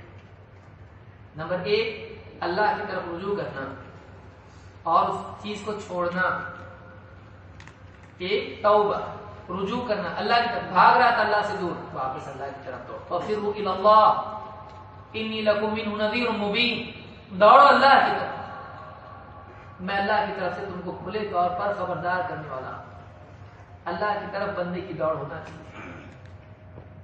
اور دوسری چیز وَنَزَعَ، اس گناہ سے نکلے، یہ نہیں کہ آدمی گناہ کرے اور استغفار کرے۔ جیسے بعض لوگ غیبت کرتے کیا ہوتے ہیں، اللہ معاف کرے، بولنا تو نہیں چاہیے لیکن ایسا، یعنی ایڈوانس میں توبہ، ایڈوانس میں استغفار، پہلے استغفار لے لو، اب تو غیبت کرنے کا ویزا مل گیا۔ بہت سارے کرتے ہیں، بعض لوگ کان کیا کرتے ہیں، نہیں بولنا چاہیے لیکن سنو، کان کو ہاتھ لگا رہے، دونوں کان سے سنو ہمارے غیبت، بہتان سنو۔ تو آپ فرماتے ہیں کہ اگر وہ توبہ کرے اور گناہ سے نکلے یہ نہیں کہ گناہ میں ملوث ہے اور توبہ کر رہا ہے، کیا مطلب اس کو مذاق ہے؟ ایک آدمی شراب پیے لیکن کہ اللہ معاف کرے پینا تو نہیں چاہیے لیکن پی رہا ہوں، تو یہ ظالم ہے، اس کو واقعی احساس نہیں ہے، گناہگار ہے۔ گناہ کو چھوڑے، اللہ کی طرف رجوع کرے اور واستغفر، استغفار ماضی میں جو ہو چکا ہے اللہ سے اس کی معافی مانگے، اے اللہ مجھ کو معاف کر دے، آئندہ نہیں کروں گا اور ابھی چھوڑ رہا ہوں۔ تینوں چیزیں ہونا چاہیے، ماضی، حال، مستقبل، تینوں چیزیں ہونا چاہیے۔ ماضی کے اوپر ندامت ہو، اے اللہ میں نے بہت برا کیا، نہیں کرنا چاہیے تھا، اللہ معاف کر دے۔ 2 چھوڑ دے ابھی، اے اللہ چھوڑ دیا میں نے۔ 3 اے اللہ آئندہ نہیں کروں گا، میرے جتنے بس میں میں بالکل نہیں کروں گا۔ یہ تینوں چیزیں ہونا چاہیے، تو یہ صحیح توبہ ہے۔ تو آپ فرماتے فَإِن تَابَ وَنَزَعَ وَاسْتَغْفَرَ سُقِلَ قَلْبُهُ، کہ جب وہ توبہ کرے، گناہ کو چھوڑ دے اور استغفار کرے، اس کا دل واپس سے اصلی حالت میں آ جاتا ہے۔ فَإِن زَادَ زَادَتْ، لیکن توبہ کرنے کی بجائے پھر سے واپس وہی گناہ کر لے یا کوئی اور گناہ کر لے، وہ کالا دھبا بڑھ جاتا ہے، یہاں تک کہ آپ نے فرمایا کہ پورے دل پر چھا جاتا ہے، پھر ہدایت کا اثر اس کو نہیں ہوتا ہے، پھر نصیحت کا اثر اس کو نہیں ہوتا ہے۔ وہ خطابات سنتا ہے لیکن دل میں نرمی پیدا نہیں ہوتی ہے، وہ دعا کرتا ہے لیکن اللہ سے دعا سے قریب ہونے کا احساس اس کو نہیں ہوتا ہے، وہ قرآن پڑھتا ہے لیکن قرآن کا اثر اس کے دل پر نہیں ہوتا ہے، وہ ذکر کرتا ہے لیکن دل کی سختی نرم نہیں ہوتی ہے۔ تو بعض اوقات گناہ کا اثر دل پہ اتنا زیادہ ہو جاتا ہے کہ پھر نیک اعمال کے اثرات اس پر نہیں ہوتے، بہت زمانہ لگتا ہے اس چیز کو توڑنے کے لیے جو اس کے اوپر پرت جمی ہوئی ہے، پرت کے اوپر پرت کے اوپر پرت کے اوپر پرت۔ اللہ ہم سب کی حفاظت فرمائے۔ تو اس حدیث سے بات معلوم ہوتی ہے کہ توبہ سے دل ریسیٹ ہو جاتا ہے، اور جو دھبا لگا ہے جس سے نقصان ہوتا ہے اور پریشانی ہوتی ہے دل کے اعتبار سے، وہ پریشانی دور ہو جاتی ہے۔ تو یہ چیزیں ہیں جن کا اہتمام ایک آدمی کو کرنا چاہیے، اور بھی بہت ساری چیزیں ہیں جو آدمی کے سکون کو خراب کرتی ہیں، جس میں مثال کے طور پر دنیا کی حرص میں غلو ہے، جس کے نتیجے میں حسد اور بہت ساری برائیاں پیدا ہوتی ہیں۔ حسد خود ایک بیماری ہے، یہ بھی آدمی کو خامخواہ کی تکلیف ہے، اس کو تو کچھ ملا نہیں، دوسرے کو ملا، اس کو ملی تکلیف۔ بعض لوگوں کا کیا معاملہ ہوتا ہے، دوسروں کی خوشحالی کو دیکھ کے حسد کرتے ہیں، جلتے ہیں، تو اس کو تو نعمت ملی، اس کو نہیں ملی، اور اس کو حسد ملا کا مطلب تکلیف ملی۔ تو ایک آدمی حسد کر کے بھی اپنے سکون کو خراب کرتا ہے۔ اسی طرح سے آپس کی نفرتیں، عداوتیں، جھگڑے، فساد، دشمنیاں، ان سے بھی آدمی کا سکون خراب ہوتا ہے۔ اسی طرح سے اہل و عیال کی غلطیاں ہیں اور ماتحتوں کی غلطیاں ہیں، ان کی کمیاں اور عیوب ہیں، ان سے بھی آدمی پریشان ہوا کرتا ہے، یہ بھی اس کے سکون کو اور خراب کرتی ہیں۔ اور اسی طرح سے جاب اور نوکری وغیرہ میں جو دشواریاں اور ذمہ داریوں کی ادائیگی میں پریشانی ہوتی ہے، تو وہ بھی ایک پریشانی انسان کے لیے ہوتی ہے۔ بہرحال 5 چیزیں میں نے ذکر کی ہیں، تو یہی چیزیں اگر ہم اس کا اہتمام کریں تو بہت سارا پرسنٹیج ہمارا تکلیفوں کا کم ہو سکتا ہے۔ ہم ساری تکلیفیں ختم نہیں کر سکتے ہیں، البتہ ہم یہ کر سکتے ہیں کہ تکلیفوں میں رہ کر بھی ہم خوش رہ سکیں۔ ورنہ اگر کوئی آدمی یہ چاہے کہ ساری تکلیفیں ختم ہوں اور پھر اس کے بعد میں خوش رہنا چاہتا ہوں، تو ایسے ہی جیسے گورنمنٹ سے درخواست کرے کہ ساری گاڑیوں کو ہٹا دو راستے پہ سے، میں گاڑی چلانا چاہتا ہوں، ایسا ہونے والا نہیں۔ گورنمنٹ کہے کہ آپ گھر پہ بیٹھے تو اچھا ہے، اس کو ان گاڑیوں کے بیچ میں سے راستہ نکالنا پڑے گا۔ کبھی دوسری گاڑی آ جائے گی، کبھی کوئی آدمی آ جائے گا بیچ میں، کبھی کوئی اونٹ آ جائے گا، کبھی کوئی بیل آ جائے گا، کچھ بھی ہو سکتا ہے۔ تو اس کو اس میں سے بچا کے اپنا راستہ نکالنا ہے۔ زندگی کے مسائل آتے رہیں گے ایک کے بعد ایک، ان میں ہم کو رکنا نہیں اور ان میں ہم کو ٹوٹنا نہیں۔